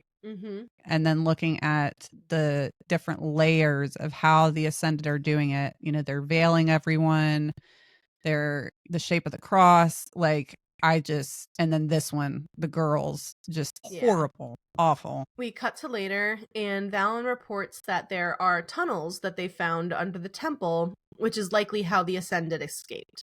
There were also chambers, inside of which were priests and priestesses, so Poppy goes to speak with them. One of the priests tell her that they know who she is, and they reference the prophecy again. Poppy picks up on the birthed from the flesh and fire of the primals bit, and so she kind of points that out, and she's like, I wasn't, actually. And they point out, they're like, it doesn't really necessarily mean physically birth. So, Malek, possibly. We shall see. Yep. How would she like wake up Malek, honestly? Was he even still entombed? If not, and he is already awake, that's bad news bears. You know, that's because it's still kind of, you know, we're still trying to figure out exactly what's going on with him. Like yeah, we don't know where he's at. We don't know if he's awake, if he's been released. Like, we just know that he exists somewhere out there. Poppy wants to know where the children are, the rest of them. One of the priestesses says, I'll take you to see them. And it's like, that was too easy. Chapter 16. They descend farther down underground, entering a cavern with stalactites lining the ceiling. And I need to shout out this moment because I think it's Kieran, maybe, that says like, no, Delano, maybe. That's like, stalactites. That's a funny word. Yeah. It's like, all right. Yeah. It's like, yay, we're going on an adventure. Let's go. Yeah. They notice bones are all over the ground, intertwined with vines, and underneath those are blood. And these are not just animal bones. So, further trigger warnings! More bodies! Yay, we're just kidding. We're not going on an adventure. It's a dark one. Then they see the children. Their bodies are withered and dried out. But Poppy notices that there's no smell to them, and she notes it's likely because it's so cold down here that they're not decaying like that. The priestess says that they all served a greater purpose. And it's like, oh my god. Poppy goes to kill her and says that the priestess feels peace. So she's like, actually, you know what? I'm not even gonna work. You're not worth my energy. She tells Kieran to kill her and then leaves. There are 71 children that are, as they say, lack of a better term, quote, fresh. So newly deceased. 71. Vanetta asks what they'll do with such a horrid place, and Poppy says, we're gonna burn it to the ground, actually. And it's like, good call. The priests and priestesses who surrendered to her are all knelt in front of her and the bodies, and tells them to look at them. And they all smile, so she slits his throat. And it's like, fucking good riddance. Evil, evil people. Yeah. That entire encounter is just like the precipice for me on all of these encounters. Where Poppy goes out amongst the wounded and heals injuries among the Wolven and the Atlanteans. A tall blonde wrapped in a sheet appears, and it's Reaver. And I always forget that he's a blonde. So yeah, that's right. There's a good character who's blonde, everybody. That's right. He's wrapped in a sheet. Yeah, just looking like a Greek god is what I picture, honestly. Yeah. Poppy feels dizzy when she stands up and goes into the kitchens to get some food with Reaver. He comments on her need to try to bring back the Wolven Arden, even though she knew that it was impossible. He notes she doesn't like limitations either, as in the consort. Mm-hmm. And Poppy asks, like, wouldn't Nyktos, as the primal of life, be a little upset that I've, like, been bringing people back to life? And Reaver's like, he'd probably be more conflicted than anything. Yeah. And she's like, well, that's surprising. Poppy asks why the consort sleeps so deeply when Nyktos doesn't. And he answers, it's the only way to stop her. From what? Stop Sarah from what? From what? Anyway, chapter 17. It's like, wow, thanks so much. So Sarah, the consort, is angry enough to forget who she is. Sound familiar? Mm-hmm. She could cause unimaginable harm because both of her sons were taken from her. Not necessarily killed, but taken. Like, isn't that just, that's still terrible. Like, it's still heart-wrenching and awful. So, of course, she's angry and furious. Mm-hmm. So Poppy, Kieran, and Reaver will leave for the capital in 2 days. So tomorrow she's going to speak to the people. And Kieran arrives and, once again, bickers with Reaver about their body size. And I'm surprised Poppy didn't ask if they wanted a ruler. Like, they just start talking about, like, how Reaver talks about how Kieran is small. And he's like, what? My shoulders are so much broader than yours. And he's like, yeah, well, my biceps are thicker than yours. And it's like, do you want the ruler? Where's the dick measuring contest? Okay? It's just so funny. I love their dynamic of just these two bickering siblings. Like, it's so funny. So Poppy mothers them. Like, again, she's like, will you please stop? And she's like, he started it. Right. It's like, oh my God. Yeah, their Reaver and Kieran's banter is such good comedic relief. It's such good comedic relief. It's written really well. And at the right times, like, we get the information we need. We sit in, like, the horrific, scene that we just experienced. But then we have this, like, moment of reprieve where it's just like, mine's bigger than yours. Right. Someone comes to get Poppy because Perry needs healing, or Kieran has come to get Poppy because Perry needs healing. So she leaves to go help. Before leaving, Reaver yells out, hey, by the way, she got dizzy earlier. Yeah. Like, what? Snitch. Poppy's like, what the fuck? Why are you doing that? Don't out me. But he's like, I know better, and I'm not messing with that shit. So yeah, I'm gonna tell on you. Mm-hmm. So Reaver leaves, and Poppy tells Kieran, like, no, I'm fine. I don't need to feed on blood yet. And Kieran's like, are you sure? And she's like, yes, I'm fine. I had food. I was just working a lot. And it's like, been there. Arriving to see Perry and Delano, and we remember that Perry and Delano are an item. They're so cute together. And so we now have 2 LGBTQ couples from Blood and Ash. Love that. Delano has a book open on his lap and said Perry got it from the ship cabin that her and Casteel stayed in. The diary returns! It's back! In the most, like, out of nowhere did I expect this to happen. Yeah. It's such a fun little, like, moment where she's like, oh yeah, he's got a book. Hey, where'd you get that? Oh, from the ship that you guys were in. Yeah. What? And, like, it's also mentioned that, like, Delano starts to get, like, a flush in his cheek, so he's a little embarrassed by it, too, and I'm just, oh my God. I love that moment. I do love how it is so subtle, because every time the diary comes up, my mind goes straight back to, like, the very first encounters with it. So it's like, in the midst of all of this horrendous separation and Poppy being absolutely distraught, but having to power through, it's like these nice little, like, think about, Casteel reading chapters. Yeah. Remember those good times? Right. Fun. So Poppy heals Perry and Delano kisses him, and Poppy senses the chocolate and berries taste. Aww. She senses their love. And now I want a chocolate covered strawberry. Every time I read about food in books, I'm like, now I need to go make that. No, I need to my stomach is grumbling. Yeah. It's like, bitch freed me. That night, Poppy is unable to sleep, due to all of the horrific and terrible death that she witnessed earlier. And spinning over her thoughts, she wonders how Isbeth could do this. Like, how could Poppy actually be a part of her? Like, have her blood? Could Poppy become like her? She's gotten pretty close before, and Casteel was still alive. So, like, if Casteel were to die, she could potentially become like Isbeth, if not something worse. And that is a terrifying thought. Yeah, it is. So Poppy holds on to Casteel's ring, and in this, if I wasn't so tired while I was doing this, I would have cried. Like, she holds Casteel's ring to her chest and lays down on her side and just lets out a silent scream. Like, opening her mouth as wide as it can go, making no sound, just screaming with no sound. And my God, have I felt that. Like, oh. Yeah.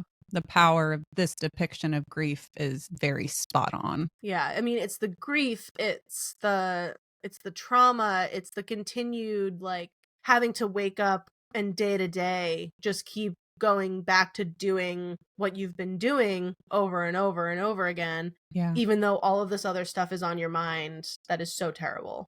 And it's like, wow, if that is not a comparison to what we are doing every day in the US right now. The shit is burning around us, and we have to go log on to our jobs or go, take care of our kids or go run our errands and live our lives as if it's nothing else is happening. So it's like, yeah, I'm sure all of us want to fucking just silent scream at night at some points, And it's also, this is the first time through the start of this book that she's allowed that. Like, she has not broken down. So it's the fact that she's still, like, she's silently screaming on top of it. She's not even audibly, coming undone. And she continues to do that until Kieran feels her through the notum and not only wakes up, but also shifts back into his mortal form. So he kind of cuddles her into his arms, but not in a romantic way. And, they just kind of lay there together. She stops the silent screaming and they lay there. She thinks that she wants to cry in this moment, but she simply can't because she won't be able to stop if she starts. And if any of us have never felt that way, damn. Poppy asks Kieran to promise her that if she does actually lose herself, he needs to put her in the ground. And he objects to this hardcore. He's like, first of all, it's not going to happen. And no, I don't want to do that. And she's like, I know you don't want to do that, but I'm asking you to anyway. And while he does not believe that she will need him to do this, he does agree that he will if it comes to it.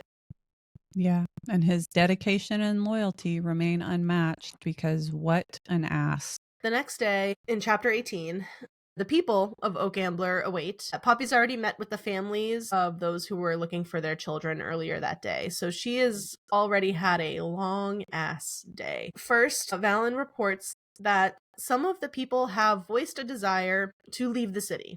They don't want to stay. And Poppy thinks that, like, yeah, they should be able to go if they want. But they do bring up the valid point. It's like, in wartime, though, like, might not be the safest for them to be traveling. Also, you gotta figure, like, God forbid one of those people has valuable information or has found something out and they are captured or whatever. Like, it's just a very dangerous scenario for people to be traveling. Poppy ultimately says that, like, sure, we can essentially advise them against leaving, saying, like, we'd really prefer if you don't leave, but we're also not going to, like, stop you if that's really what you want to do. Yeah. And it's like, okay, I think that's a valid decision. She's nervous about speaking to so many people at once, and Valen tells her to just tell them the truth.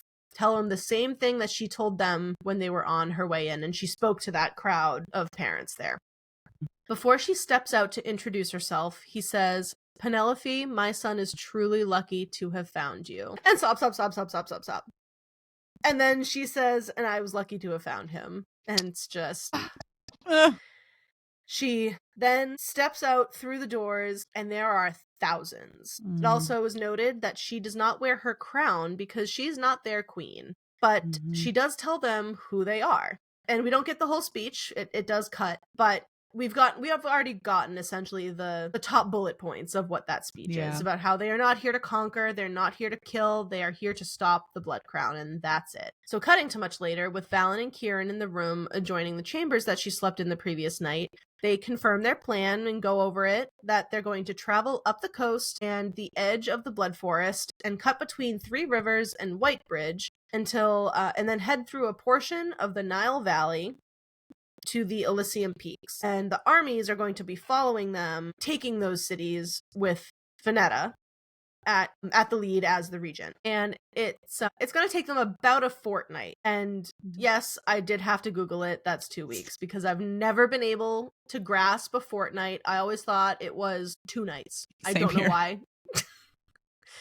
It is 2 weeks. 2 weeks. 2 weeks. Yeah. At that estimate, I'm really thank you for also being totally truthful with me that you also didn't know that. And I've also like, I'm just gonna admit it. People would say, and I'd be like, "I gotta know what that means." A fortnight, sure. And then when they tell you, "Oh, I left in early month of this, and then I got there like halfway through the month," and it's like, how did it take you so long? Can you give me a number? Can you give me some tally marks, some Roman numerals, or something? I needed an abacus, please. Anything, please. So at that estimate, the armies will arrive at Three Rivers around that same time, and they will meet back up with them with Casteel at that point. Valen promises Venetta will have no problems from the generals. They will not take down any rises, and will not be the cause of any innocent lives lost. So not saying that no innocent lives will be lost, but they won't be the cause of it. So good clarification there. Yeah. Her and Kieran have talked through all the possible options as far as like how to find Casteel. Like, where is he once they find themselves in Carcedonia? It's like, cool, underground network of tunnels. How the fuck are we navigating that? Might as well be the Paris catacombs. Can we get a map? Yeah. Anybody have a map? Got the Dear Evan Hansen on the brain, I'm sorry. But then the thought springs upon her that primal magic is a thing. She's like, oh man, I wish there was just some magic that we could use. And it's like, wow, almost as if you're in a fantasy series and you yourself have magic powers. Wow. So she's like, get Perry's dad. He said that he knows a lot about this. So they go get Sven and they talk with Sven and is like, hey, is there a spell that could locate a person? So he thinks on it and he says there is a location spell that he's used and he's kind of stuck on it. But he's like, it's not used for people. So primal magic is also forbidden because some of that magic can change people's fates, and the Are don't like people messing with fate. And it's like understandable, which we know. Right. However, Poppy does not give a fuck. So they ask him like, okay, well, tell us more about this location spell. He says the language is in Old Atlantean. He says to find what was once cherished, to locate what is needed. It's like, okay. They will need a few items for this. Parchment to write on, the blood of the person, the blood of the person that, like, they're looking for, and another item belonging to that person that they're looking for. So as far as the blood, they're like, but Casteel's not here. And Poppy's like, I fed from him. We got it. Check. Great. And then cherished item, Poppy offers up the small wooden horse that she's been carrying around that Malik made for Cass when they were boys. So Lynn, who's a guard, interrupts because someone is at the gates from Atlantia and they're not recognized. And people are like, who else from Atlantia is going to be showing up here right now? Like, everyone that we need here is here. So who is it? It's Gianna and Tawny, because Tawny's awake. Tawny's awake! She's back!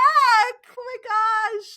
It was so exciting. She's been MIA. 19. Yes. Well, she's been in a coma. So chapter 19, she seems okay. Like, she speaks Poppy's name, so Poppy's like, great, she can talk. She remembers who I am. And Poppy races over to her, and Kieran kind of tries to stop her, but Poppy tugs Tawny. Delano and Kieran, she notices, are like right up next to her.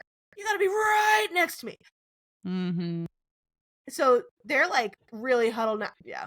I think you should leave. Go watch it. It's great. And so they're kind of wary of Tawny a little bit here. So they notice that her eyes are now like a whitish color besides the pupil, and her skin is ice cold. And no, can't contain the twilight. Stop it. Stop. I'm shaking like Kieran, trying not to shift. No, your skin is pale and ice cold. So Tawny's looking different. She's feeling different.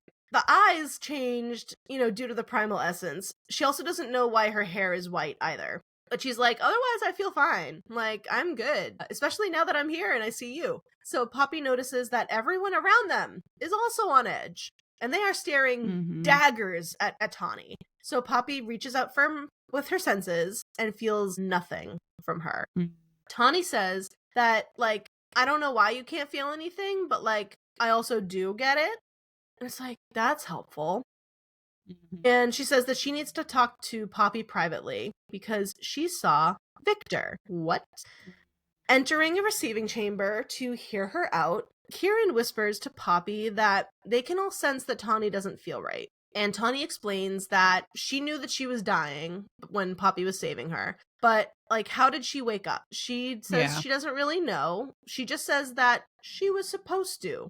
It's like, also super helpful. Thank you. Right. As she was dying, she saw Victor and believes that he or the fates intervened and did something to make sure that she did not die. So she saw him in a dream that wasn't a dream. Okay, we're getting another dream that wasn't a dream. Mm-hmm. He confirmed that Poppy is a god, and Ios did awaken to help them a couple books ago in the Skodos Mountains. And not only Nyktos, but also his consort gave approval for their marriage. Wow. Tawny also says that Victor is a victor, which, like, all right, Roger. Yeah. Victor, and educates them, on what they are, which we already know. So is that why he's her royal guard and her trainer? We don't know. He told Tawny to tell Poppy that he was proud of her. So literally chapters ago, Poppy was asking herself if Victor would be proud of her, and we get that confirmation. He answered. She gets her answer. So Victor is a victor. Victor is a victor. Victor also told Tawny about the prophecy, which Poppy's like, yeah. I'm well aware of it. I got it. And Tawny's like, but do you know the whole prophecy? And God. In this moment, I'm like, God fucking damn it. All right, well, let's read through this edited prophecy, shall we? Alrighty, let me... From the desperation of golden crowns and born of mortal flesh, a great primal power rises as the air to the lands and the seas, to the skies and all the realms. A shadow in the ember, a light in the flame, to become a fire in the flesh. When the stars fall from the night, the great mountains crumble into the seas, and old bones raise their swords besides the gods. The false one will be stripped from glory until two born of the same misdeeds, born of the same great and primal power in the mortal realm. She took a deep breath. Me too. A first daughter with blood full of fire, fated for the once promised king. And the second daughter with blood full of ash and ice, the other half of the future king. Together, they will remake the realms as they usher in the end, and so it will begin with the last chosen blood spilled. The great conspirator, birthed from the flesh and fire of the primals, will awaken as the harbinger and the bringer of death and destruction to those lands gifted by the gods. Beware, for the end will come from the west to destroy the east and lay waste to all which lies between. So, wow. Was it an appropriate time to suggest Alexa play Defying Gravity? Oh my God, for real. Like, so much in here to unpack. First of all, the first daughter being fated to the once promised king. So we know that Poppy was supposed to be, like, Isbeth planned for her to marry Malik, who was the once promised king. And then there's this second daughter full of ash and ice, who it's like, where the fuck do you come from? Yeah. And the other half of the future king. So, like, two sisters paired with two bros is what I'm hearing. Mm-hmm. And if I were Poppy, I would be like, I think you're making this shit up as you go. Yeah. I think that y'all are just picking stuff to add on. A complete opposite of is this play not fucking about me? Because it sure doesn't sound like it. Right. Because, like, Poppy is, first of all, only child. She does not have a sibling. Yeah. Like, she had Ian, but he was not a biological sibling. Yeah. So, like, what? And then more of this as far as, like, together they will remake the realms. So Isbeth is always referring to Poppy as remaking the realms with her. So it's like, well, okay, so I guess they're both, are they these two things? Like, they're not sisters, are they? I hope fucking not. Right. Mother is one thing, but, like, sisters would be a whole other thing. Because we think back also to Shadow in the Ember, that giant prophecy that we got. So we're looking at that one and then looking at this one and being like, need some context clues, guys. Yeah. I honestly, when I was reading this, I'm like, how even I can't even remember the full other prophecy. I know. How is this one different? I think it's just the daughters, honestly. But yeah, it's so much. And Tawny says that there's also one more thing, but it's for Poppy's ears only. Kieran's like, I don't like that. And Poppy's like, she's fine. Just go. And he's like, all right, fine. So Tawny immediately clocks Kieran, and Kieran and Poppy's interaction, and is immediately like, girl, what is this? Yeah. What is this going on here? And Poppy's like, it's nothing. He's a really good friend. I'll explain it. I'll explain it to you later. I love how sassy Tawny is in that part, too. Yeah. And it's also hints that it's like, yeah, Tawny is not who she once was, but there's still pieces of her. Yeah. Like, we still get that. And also Poppy has that girl on girl time back. It's like she's had Vanetta, of course, and like Heisa and all these other women that she's interacted with. But none have been like her BFF. None have been Tawny. So now it's like, yeah, it's just months after separating from your best friend, and you finally get to like shoot the shit again. And Tawny, the first thing you say is like, are you fucking that hot man? You need to tell me if you're fucking that hot man. And because what about Casteel? Is it both? But not to mention, Tawny is the only person left in Poppy's life from that era of her life. Very true. Yeah. So, but yeah, she's, are you fucking him? I thought you were fucking the other one. Right? And I'm pretty sure she does have a moment of like, is it both? I hope it's both. And we hope it's both too. The message that she has from Victor is that he told Tawny why no one can speak the consort's name. Victor says, her name is power, and that to seek it is to bring the stars from the skies and topple the mountains into the sea, but only when spoken by the one born as she and of great primal power. So, Sarah? Yeah. So Poppy has to say Sarah's name to do that. Okay. It's like Beetlejuice. Yeah. Yeah, kinda. Victor says also that Poppy already knows her name. And it's like, we know her name. How does she know her name? And even Poppy's like, I don't. What? So the next morning, Poppy, Kieran, and Reaver are prepped to leave, and they are dressed as huntsmen to kind of blend in on the road. Poppy says goodbye to Tawny and then Vanetta, and Emil gives her a bow and tells her to go get their king. And I love how Emil is just so... what's the term? He's, quote, down bad for Poppy in that way. Oh, yeah. Not in a romantic way, but like... he is just at her beck and call and is like these elaborate bows, and like he believes in her so much as the queen. Is like ultimate people pleaser energy from Emil, essentially. Oh yeah, for sure. And Poppy doesn't ride Seti, thinking it's not too wise to bring him, kind of noticeable. And it's like, okay, sad face. Chapter 20, Casteel. Cass wakes up in the cavern again, and what Poppy has called his cavern, but now it belongs to both of them. But she's not there, he's all alone. But before he's able to freak out, he hears her, and they both rush to each other again, and they hold each other, and just like they're embracing, and their excitement at seeing each other, and just, oh my god. Yeah, the dream encounters just do something. They just do something to me. The yearning after your partner or someone, just love it. Yeah, it's so lovely. He calls her a goddess, but like, oh, how could he know that? And he's like, the Blood Queen, saying that since she told him that Malek was a god, that would mean that Poppy is one too. But he does not know about Iris, though. So Poppy informs him about that piece of, that little nugget, being like, Malek. She goes to look at his hand to be like, oh my god, you're gonna be missing a finger. And Cass assures her that, nope, he's fine. I'm fine. Though he's definitely not fine. And asks her if she's okay. And she's like, what do you mean, am I okay? Right. You're the one being held captive. And he's like, well, you're the one in war. Like, yeah, you're both in really shit situations right now.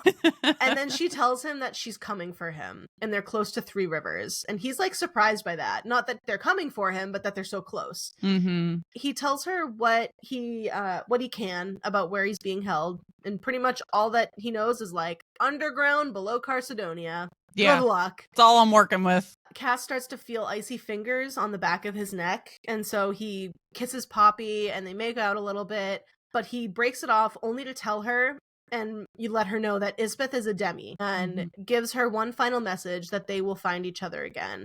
And before he can finish saying anything else, it's cut off, and he wakes up cold, alone in the cell, and starving. Cut back to Poppy. They've been traveling for 6 days. And when Poppy finally sleeps, she noticed that she's been like really tired lately and extra hungry and thirsty. Ignore it. Not a great idea, but sure, why not? She tells Reaver and Kieran what she's found out, and then she feels a dull headache coming on. It has been 39 days. Let that sit for a second. 39 days. Kieran asks how Casteel looked, and Poppy tells him that he looked good, but also that she thinks he was projecting himself that way. She's like, he's definitely doing a lot worse than that, but he showed himself to me as looking good. They then spot the mist and the Craven, and then Kieran and Reaver's like, I got this. And so he shifts and he starts blowing fire, and they hear the Craven, and he takes them all out. Cut back to Casteel's POV. Icy water is being poured over him, causing him to wake up in pain, and Casteel brings up the cave cat, and Isbeth is clearly irritated by that. He stands what ground that he has, threatening her that she's too weak to hurt himself, so clearly she was not the one that cut his finger off. He taunts her so that she gets close, and using that closeness, he stabs her with the bone that he'd been sharpening, and he's like an inch off from the heart. But it's like, well, it was only a Craven bone, so it probably wouldn't have killed her anyway. Yeah. I would have fucked her up real good, though. They can tell that he needs to feed, and so I guess I don't know what kind of trigger warning this is, but it's like forcibly captive situation, if that makes any sense, if that's general enough. So the handmaidens and Callum, approach him and force him to drink blood. So they like pry his jaw open, pull his head back, and like force him to drink this blood. So it's they are taking hardcore advantage of him right now. Yeah, the whole manhandling in this entire scenario, like from when they come in and splash the water on him, and it's just very, very, very intense because, it goes into detail about how he's being contained and just paints a really bright picture. Sure does. Isbeth informs Cass of how someone kills a primal, which, as we all know, they are weakened by love. Malek told her at one point that a primal could be born to the mortal realm, which is new information. When their gods ascended to rule Elysium and the mortal realm, it had a ripple effect that caught the attention of the Fates. So they made sure that a spark was left behind to be given a chance for rebirth. An ember of primal life that could only ignite in the female lineage of the primal of life. Alrighty then. Okay. Got it. It reminded me of, it put me back into A Shadow in the Ember, thinking about, what was it?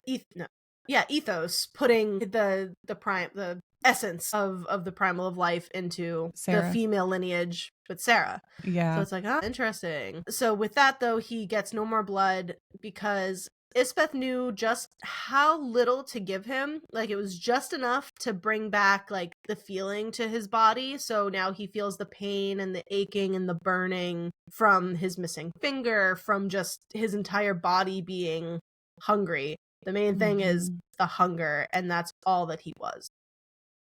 Yeah. Like feeding him just enough to send him over into bloodlust it's just another level of manipulation in this world. Everything that we know about it, another level of manipulation. And he knows just what they're doing as well. Like, exactly. They've done it to him before, Yeah. Chapter 21, Poppy. In Poppy's POV, it has been 40 days. So she does the math, and it's less than 4 days until they're in the same city as Casteel. She feels a sudden chill, and it's the primal essence waking up in her chest. And everything is, like, still. And she feels like they're being watched, but then a breeze comes through, taking the feeling with it. It's like, that was weird. Poppy now understands and knows that, like, she needs to feed, and she's pretty hungry. So it's like, okay, I think it's time. Yeah. Her refusing to feed, I've been thinking about this entire book. And so, I guess I will context a little bit of a trigger warning for self-harm. There's the obvious of her not wanting to be intimate with anyone else, right? That's the, I think that she may have said that a couple of times on, like, especially when talking with Kieran, she's like, I just couldn't picture being that intimate. But in the realm of self-harm with not eating, right?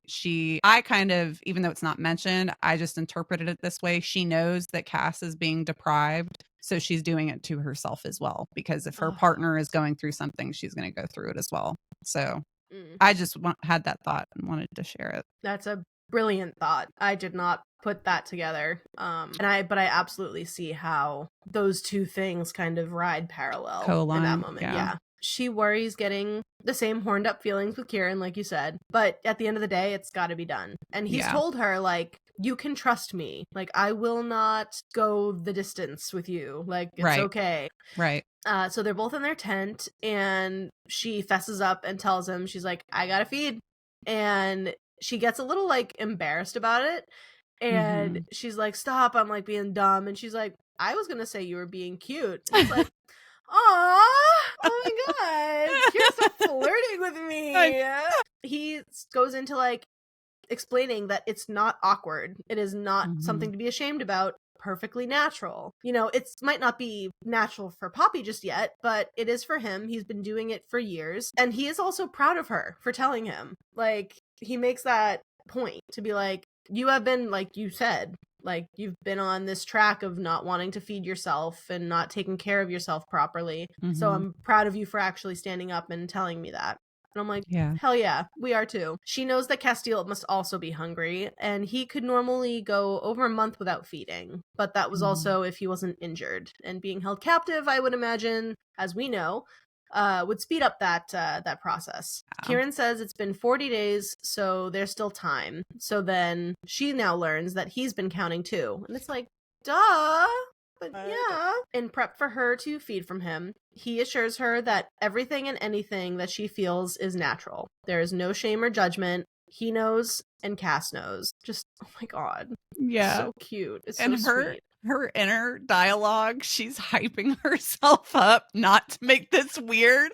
And I'm like, oh my god, not with feeding, obviously, but I'm like, I have done that so many times. Oh yeah. And in that process, she thinks back on the person she was 6 months ago. So it has been 6 months since the first From Blood and Ash book. 6 months. All of this has happened in 6 goddamn months. My god. It's so crazy. That is wild. It is. Kieran cuts his wrist just a little bit so that she could feed from the cut, and she says that it smells and tastes like his imprint, which is earthy and rich. And I ask in this moment, I can't picture what earthy is. I just smell mulch and dirt. And I'm like, does Kieran smell like dirt, or is it like fresh cut grass? Well, I was thinking mushrooms. Oh my god. Not mushrooms, not fungi. So yeah, I need a little bit more context on what kind of earthy we're dealing with here. Kieran is a fun guy. Okay. Walked into that one. Okay. As she feeds from him, she sees an image of 2 young men wading through the water, and this is Casteel and Kieran as young men. And this is the scene that I want fan art of. I want Casteel and Kieran with their shirts off and their pants rolled up, and they're trying to catch, or well, we'll find out what they're doing. But that's kind of what she sees in that moment. Yes. And then the thoughts shift, or the memory shifts, and she sees the beach in Scion's Cove. And she sees herself with Casteel as he's touching and kissing her. So we find out Kieran hadn't only seen her watching him, he'd been watching them right back. Oh god. I can feel myself getting red. She starts getting that spicy, horny feeling that they usually get when they feed, especially when she starts to feel the memory of Casteel kissing her and touching her. And knowing that Kieran was watching all of it. So he interrupts, saying, so nosy. It's like, don't say that in this time, Kieran. Oh my god. For real. And he says that she has a ton of silver in her eyes, like barely any green at this point. Her senses open, and she can feel something smoky there too. But before she can be lost in it, she stops drinking, having gotten enough. So as soon as she starts to like sense like a smoky scent from Kieran, she's like, okay, before I get lost in that, I'm gonna cut myself off. The memory that she saw the Casteel and Kieran in the river was actually Kieran and Casteel trying to catch fish with their hands because Malik dared them to. So it's like this cute moment, and that is what we want art of. Yeah. I want to see art of that. He confesses that once he caught on that she was in his memories, he may have purposely changed over to the beach to, like, shock her. And she's like, what the fuck? Rude. But in fact, it didn't seem to have shocked her. It intrigued her. And she is, you know, immediately irritated by the comment. So she, like, turns over and she's like, I'm going to bed now. Yeah. And she had healed over the little cut that he made on his wrist. So she's like, you're welcome for me healing you. Like, twists over and he's like, so we're not gonna talk about any of that? She's like, nope. Yeah. And then goes to bed. She refuses to say another word. Kieran shifts and lies down next to her, and they sleep. Chapter 22. The next day, they are passing through Three Rivers and Whitebridge, and they're, like, seeing a ton of children and people just going about their day-to-day lives in this instance, and it kind of throws some things off for some of our party members. Yeah, like, I think they pass by and see some people out in the fields, like, working, and Reaver is like, what are those people? What are they doing out there? Like, he sees children and he's like, why aren't they in I think he says a learning institution specifically. And Poppy is just explaining to him that children are only enrolled in school for those that can afford it. Otherwise, they're forced into a trade or to work the fields. Like, interesting.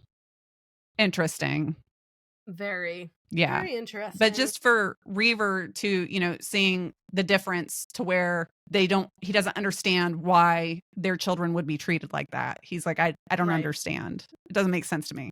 Really? There's kind of like in our society, there's shit that goes on that doesn't make sense to us. Yeah. Big time. Big time.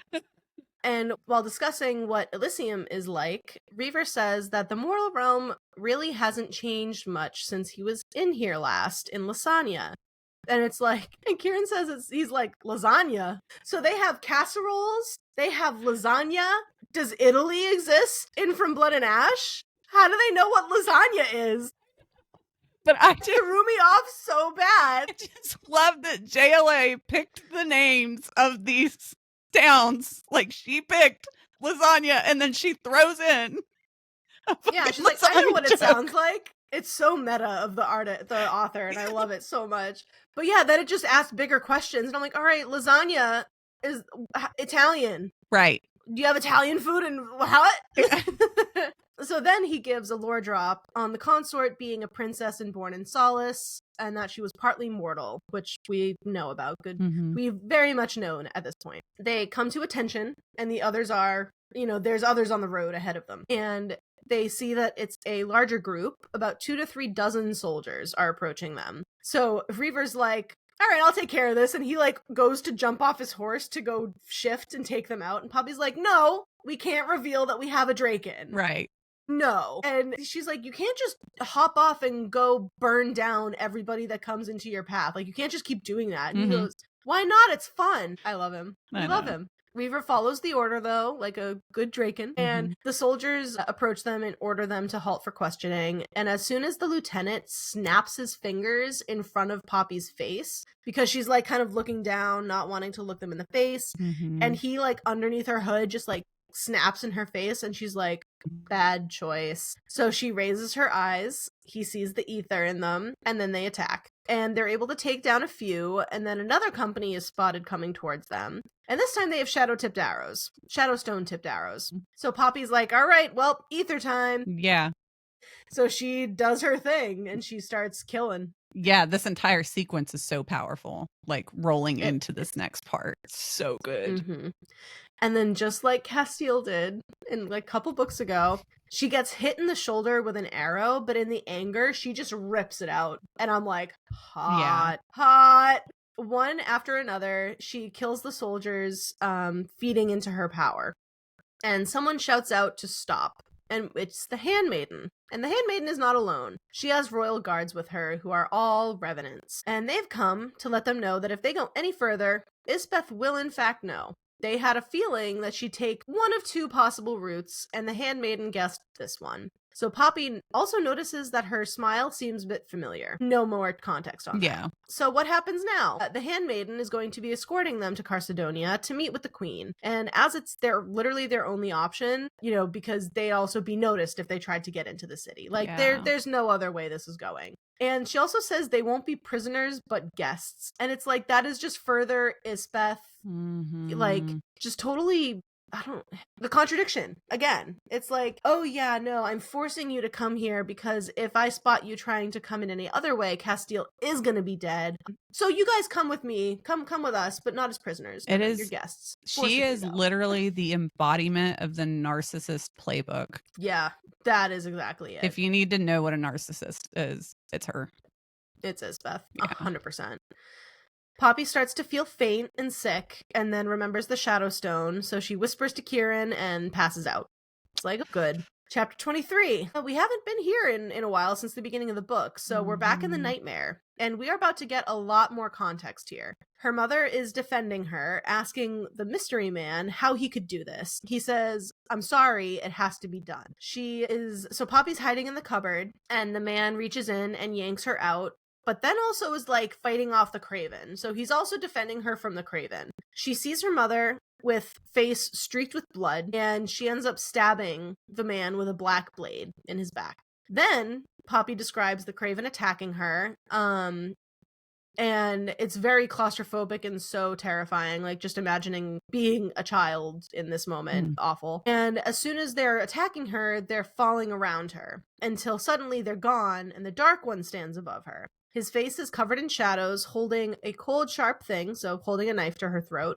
He doesn't move and says, I see it. I see her staring back at me.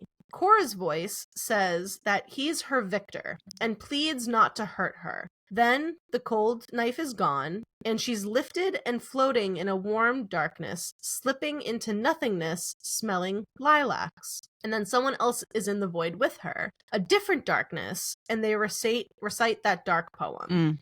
It's the pretty little Poppy, pick it and watch it bleed, not so pretty any longer.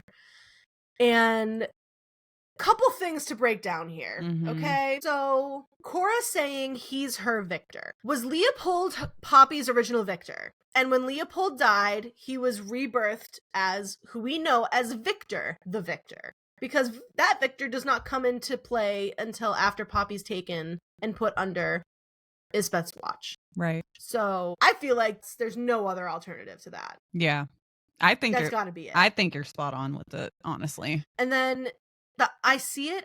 I see her staring back at me. Now, this is not a shadow in the ember, but it just reminds me of Sarah with, of course, Sotoria. I'm like, so is someone else within Poppy? I know it's not Sotoria because Sotoria and Sarah is a totally different, storyline at this point. Yeah. But it's just like, the gears be turning. Oh, absolutely. I started to spiral. Then Poppy wakes up but finds it difficult, and she sees that, she feels that she's on something very soft and feels like Kieran has fed her again, which, yay for Kieran. He tells her that Millicent said there was a toxin on the arrows that would only keep her unconscious for a few days. Millicent is the handmaiden, so we have a name now. As she takes in her surroundings, she starts to understand where she is. She is in her old chambers in Carcedonia. Wow. So back not where we all started because that was a separate castle, but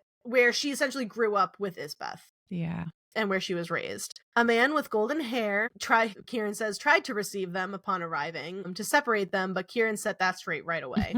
He also calls him a golden fuck. And we know that that's Callum, but they do not know who Callum is yet. But I just love, throughout everything, he's always the golden fuck. No matter who's talking about him. They arrived last evening, and Reaver is under guard in his chambers, being strangely well behaved, and he's all right. Poppy focuses on what Millicent has said, that they wouldn't get into the city unnoticed, but not that they wouldn't escape unnoticed. So it's like, interesting. So she's like, what's the plan? First of all, where are the armies? They must be in New Haven or Whitebridge by now. And if the adventuring party of Poppy, Kieran, Reaver, and Casteel rescued don't return to Three Rivers within the timeline that they gave to Valen, the armies will come looking for them. Mm-hmm. Delano comes to mind. So maybe that she can reach him with the Notum if they're able to get close to the rise. And Millicent comes to visit, now seeing Poppy is awake. So I want to pause for a quick second, though, because Delano, having to be within her range of cellular data to reach him with the Notum. She's like, are you in network? Are you in my network? How many bars you got right now? Yeah. So, like, she has been, testing and training the Notum and seeing how far it can extend. Oh my God. So What at least if they have a general idea. What if the Wolven had their own Wi-Fi name? Is that their tails? The tails or the Wi-Fi? Their antenna? What would their network name be? Oh, the network name, man. Oh, that's a good one. We'll have to brainstorm on that. That's so funny. Claws and Jaws. I love that. I need to stop myself before I'm like, no more podcasting. I need to do this right now. Rein it back in, rein it back in, rein it back in. So Millicent's arrived and brings news that the Crown received a message that New Haven and Whitebridge are now under Atlantean control. Vanetta is right on schedule. The Queen wants to see her, and Millicent has brought them water and fresh clothes to be more presentable. But Poppy refuses because Millicent has brought her white, and she's like, I'm not fucking wearing that or anything Isbeth tells me to wear ever again, actually, so you bring me something different. And Millicent's definitely annoyed, but she leaves to find something else for her to wear. And her and Kieran, like Poppy and Kieran, talk in this moment about like how weird Millicent is. Yeah. Like, as she's talking to them, she's like sitting upside down on a chair with her feet in the air and her head hanging off, and she's like very aloof in the way that she talks. So especially for she's being got a weird vibe. For being a handmaiden too, where everyone else that we've kind of met surrounding Isbeth is very like serious and very and Millicent's just like little Harley Quinn coded. That is so spot on. Yes. Very Harley Quinn coded. She returns with black clothing, and Poppy's like, that's more like it. She also asks Kieran, is Poppy always this demanding? Because she says that Poppy wasn't always like this. She was quiet and wouldn't make a sound unless she had a nightmare. So she was even here way back then. Yeah. She was like, whoa, what? So she is old, almost as old as her king. So she's almost as old as Casteel, which is, what, a couple hundred years at least? Yeah. I already forget how old Casteel is. Poppy bathes and gets dressed. Thinking on the nightmare, she realizes that Leopold was like Victor. As we said, like her OG Victor? I think yes. She tells her reflection, I am not afraid of her. I am a queen. I'm a god. I'm not afraid of her. Right. Yes. That's a fucking affirmation right there. Oh. They are escorted to the Great Hall to see Isbitch, and she makes a great grand entrance in front of a gathering of people. So they're not here to speak one-on-one. They're here for this show, I guess. A spectacle. Yes. And then shortly after she makes her entrance, a man joins her on stage, and this man is Malik. Poppy notices Millicent is pretty intently staring down at him, and also looks at her a bit closely and sees freckles under the painted mask on her face. Reaver is staring at a massive statue of the primal of life that is at the center of the Great Hall. And he notes that that's not Nyktos. What the living fuck? Yeah. So that makes me think, going back to A Shadow in the Ember, do they have a massive statue of Colas? Right. Like, is that because he's primal of life? Like, quote unquote? So yeah. We don't get an answer to who it is. All we know is that that's not Nyktos. So it's like, oh, what? Because we also, from Shadow in the Ember, it was revealed that there were painted masks also. Callum had a painted mask on. You're right. And Shadow in the Ember. And so, yeah, exactly what you just said. Well, there's this giant statue, but it's not Nyktos. And Millicent has her face painted. So it's like, what the fuck is going on?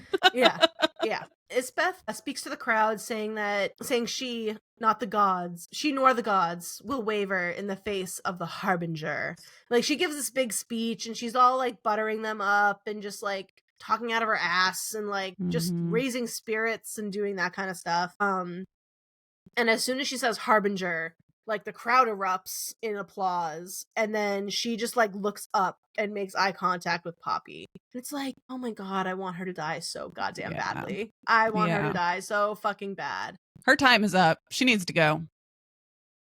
Chapter 24. Isbeth continues, The harbinger and the bringer of death and destruction to the lands gifted by the gods has awakened. So now what do you mean by that? Yeah. What do you mean has awakened? Poppy's been awake for 18 years. So is she or is she not the harbinger?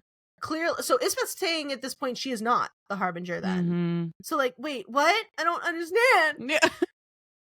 She continues riling up the crowd and assuring them that they will have revenge for what's been done to their king, to Jalara, with the whole beheading. Poppy starts to make the railing tremor. So she's kind of like white knuckling on the stone railing. Yep. And the ether being summoned by her anger starts to like make it shake. Poppy assures her, it's like, again, it's like, not the time. I understand. Yeah. You're really mad. Don't do this. She's keeping you up here for a reason. She doesn't want everyone else to know that you're here. Yeah. Isbeth begins what Poppy recognizes as the royal blessing, which reminded me so fucking much of Jim Jones, it's not even funny. This is where mortals believed that the touch of a royal has healing properties, so people would wait for days for a chance, and people would line up, they go up to Isbeth, she touches them, gives them a sip from a cup, and their ailment is not cured, but like, you know, temporarily granted a reprieve. And this reminds me so much of Jonestown and the origins of Jim Jones, because this is the shit that he would do. Similarly, obviously he was not magical, but he would hold his big gatherings and have people come up for their healings, and he would pray to God and like, you know, say like, I am his vessel, like I'm gonna heal you with the power of the spirit. And his congregants, he would have a congregant walking around, and this would be a plant most of the time also, by the way. This person would be a plant. They would shove chicken guts in their mouth, and as Jim Jones is preaching about how like this person has cancer, let's say, and he's expelling the cancer from their body, and then they spit up the cancer, the chicken guts, and then says, look, I healed him. It's done. I did it. And this reminded me so much of what Isbeth is doing in this moment.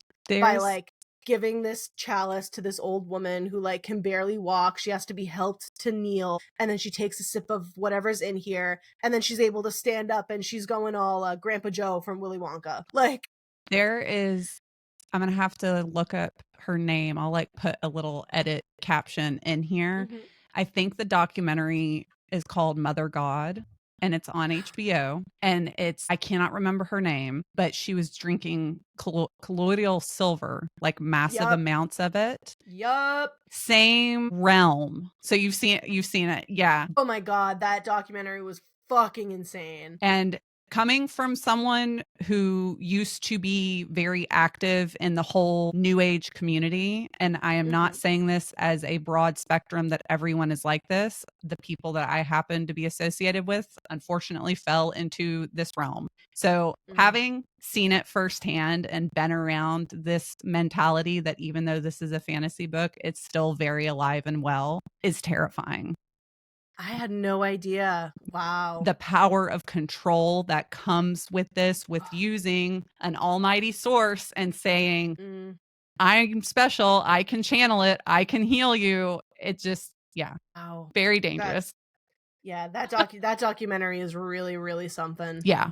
Oof. Yeah. So after the woman takes in from what's in the cup, she kind of hops up and jumps up, and she's like, hey, I'm all better now. Yay, I'm the spry little youngin'. Yeah. The crowd erupts in applause again, and Isbeth at this moment also looks up at Poppy and smiles. It's like, oh, you bitch. Cutting to a little later, they're waiting for Isbeth to come and speak with them one-on-one, and she makes them wait for a while. Yeah. And Poppy's like, yep, I expected this. Sounds about right. She finally arrives with 2 handmaidens in Malik. Poppy says they are to discuss the release of Casteel and her father. And Isbeth is positive Poppy is the harbinger and refuses to let it go. So, okay, Poppy is the harbinger to her. Cool. Kieran and Malik almost get into it, but Poppy pushes the ether against, his mental shields, against Malik's mental shields, blocking her from sensing him. And she straight up fucking tears into them, and they fall. So this was such a badass scene. I know. So she she senses amusement and anger, shame, sorrow, fear, panic,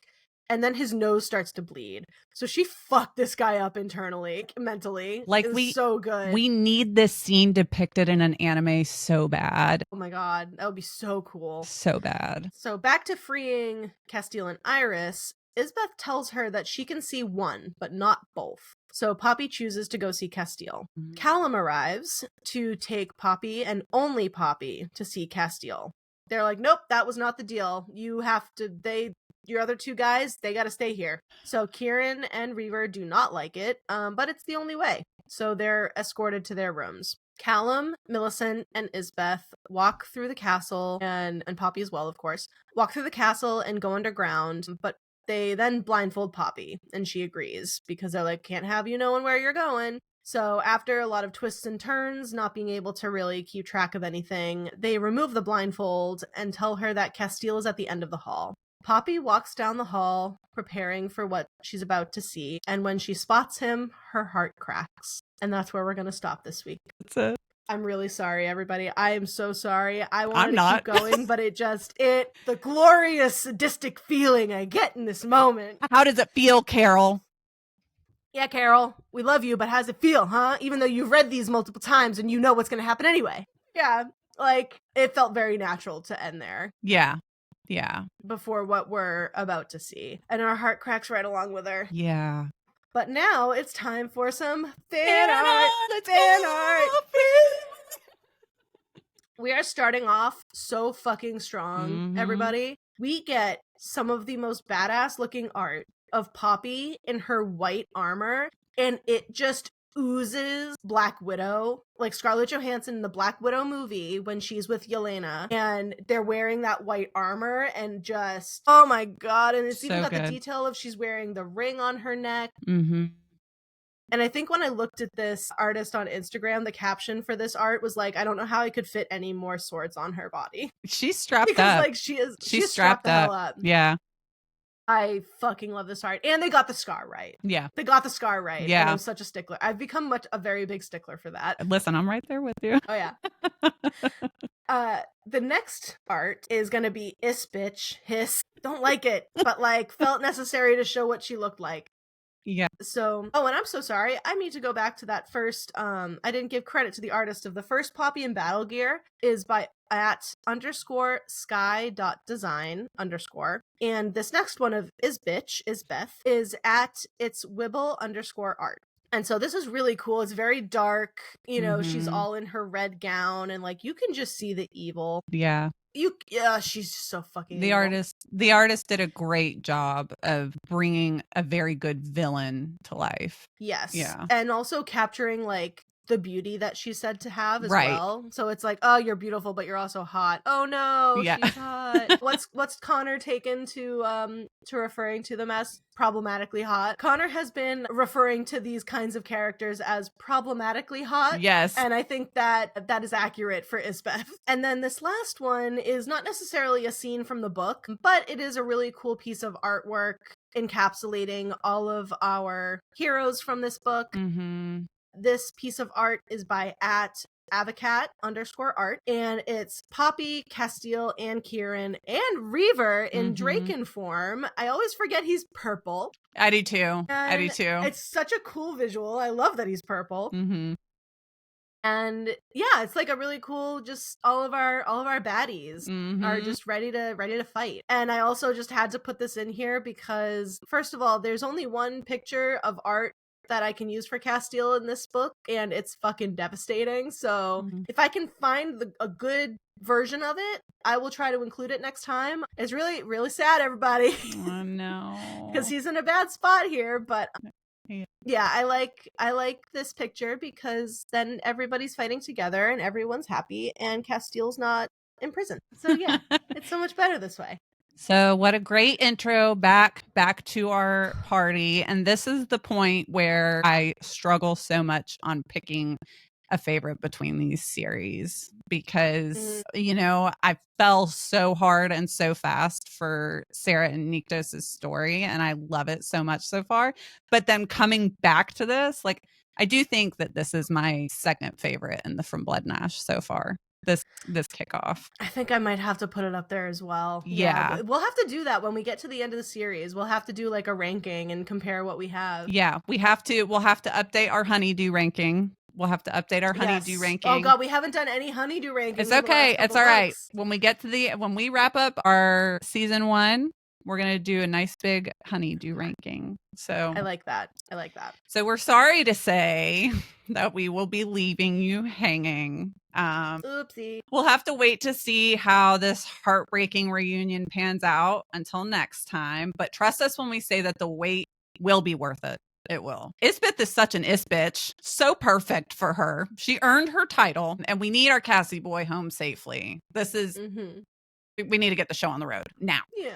We can only hope that Poppy and the team are able to free him from those bone shackles and everyone makes it out of the city okay. It's a bit of a task, but we know Poppy's up for it. So she's a strong ass lady and she will succeed. Manifesting. She will succeed. Yes. We got this. Put it out in the universe. And we are so excited to close out our first season next week with the finale of War of Two Queens, and are even more excited for what comes after that. So we're dropping some pretty fun news next week, in addition to letting you know where are we going from here. You know, what comes next after From Blood and Ash and forward, you know, just expressing what's going to happen in the immediate future. So thanks so much for hanging with us, and stay smutty, friends.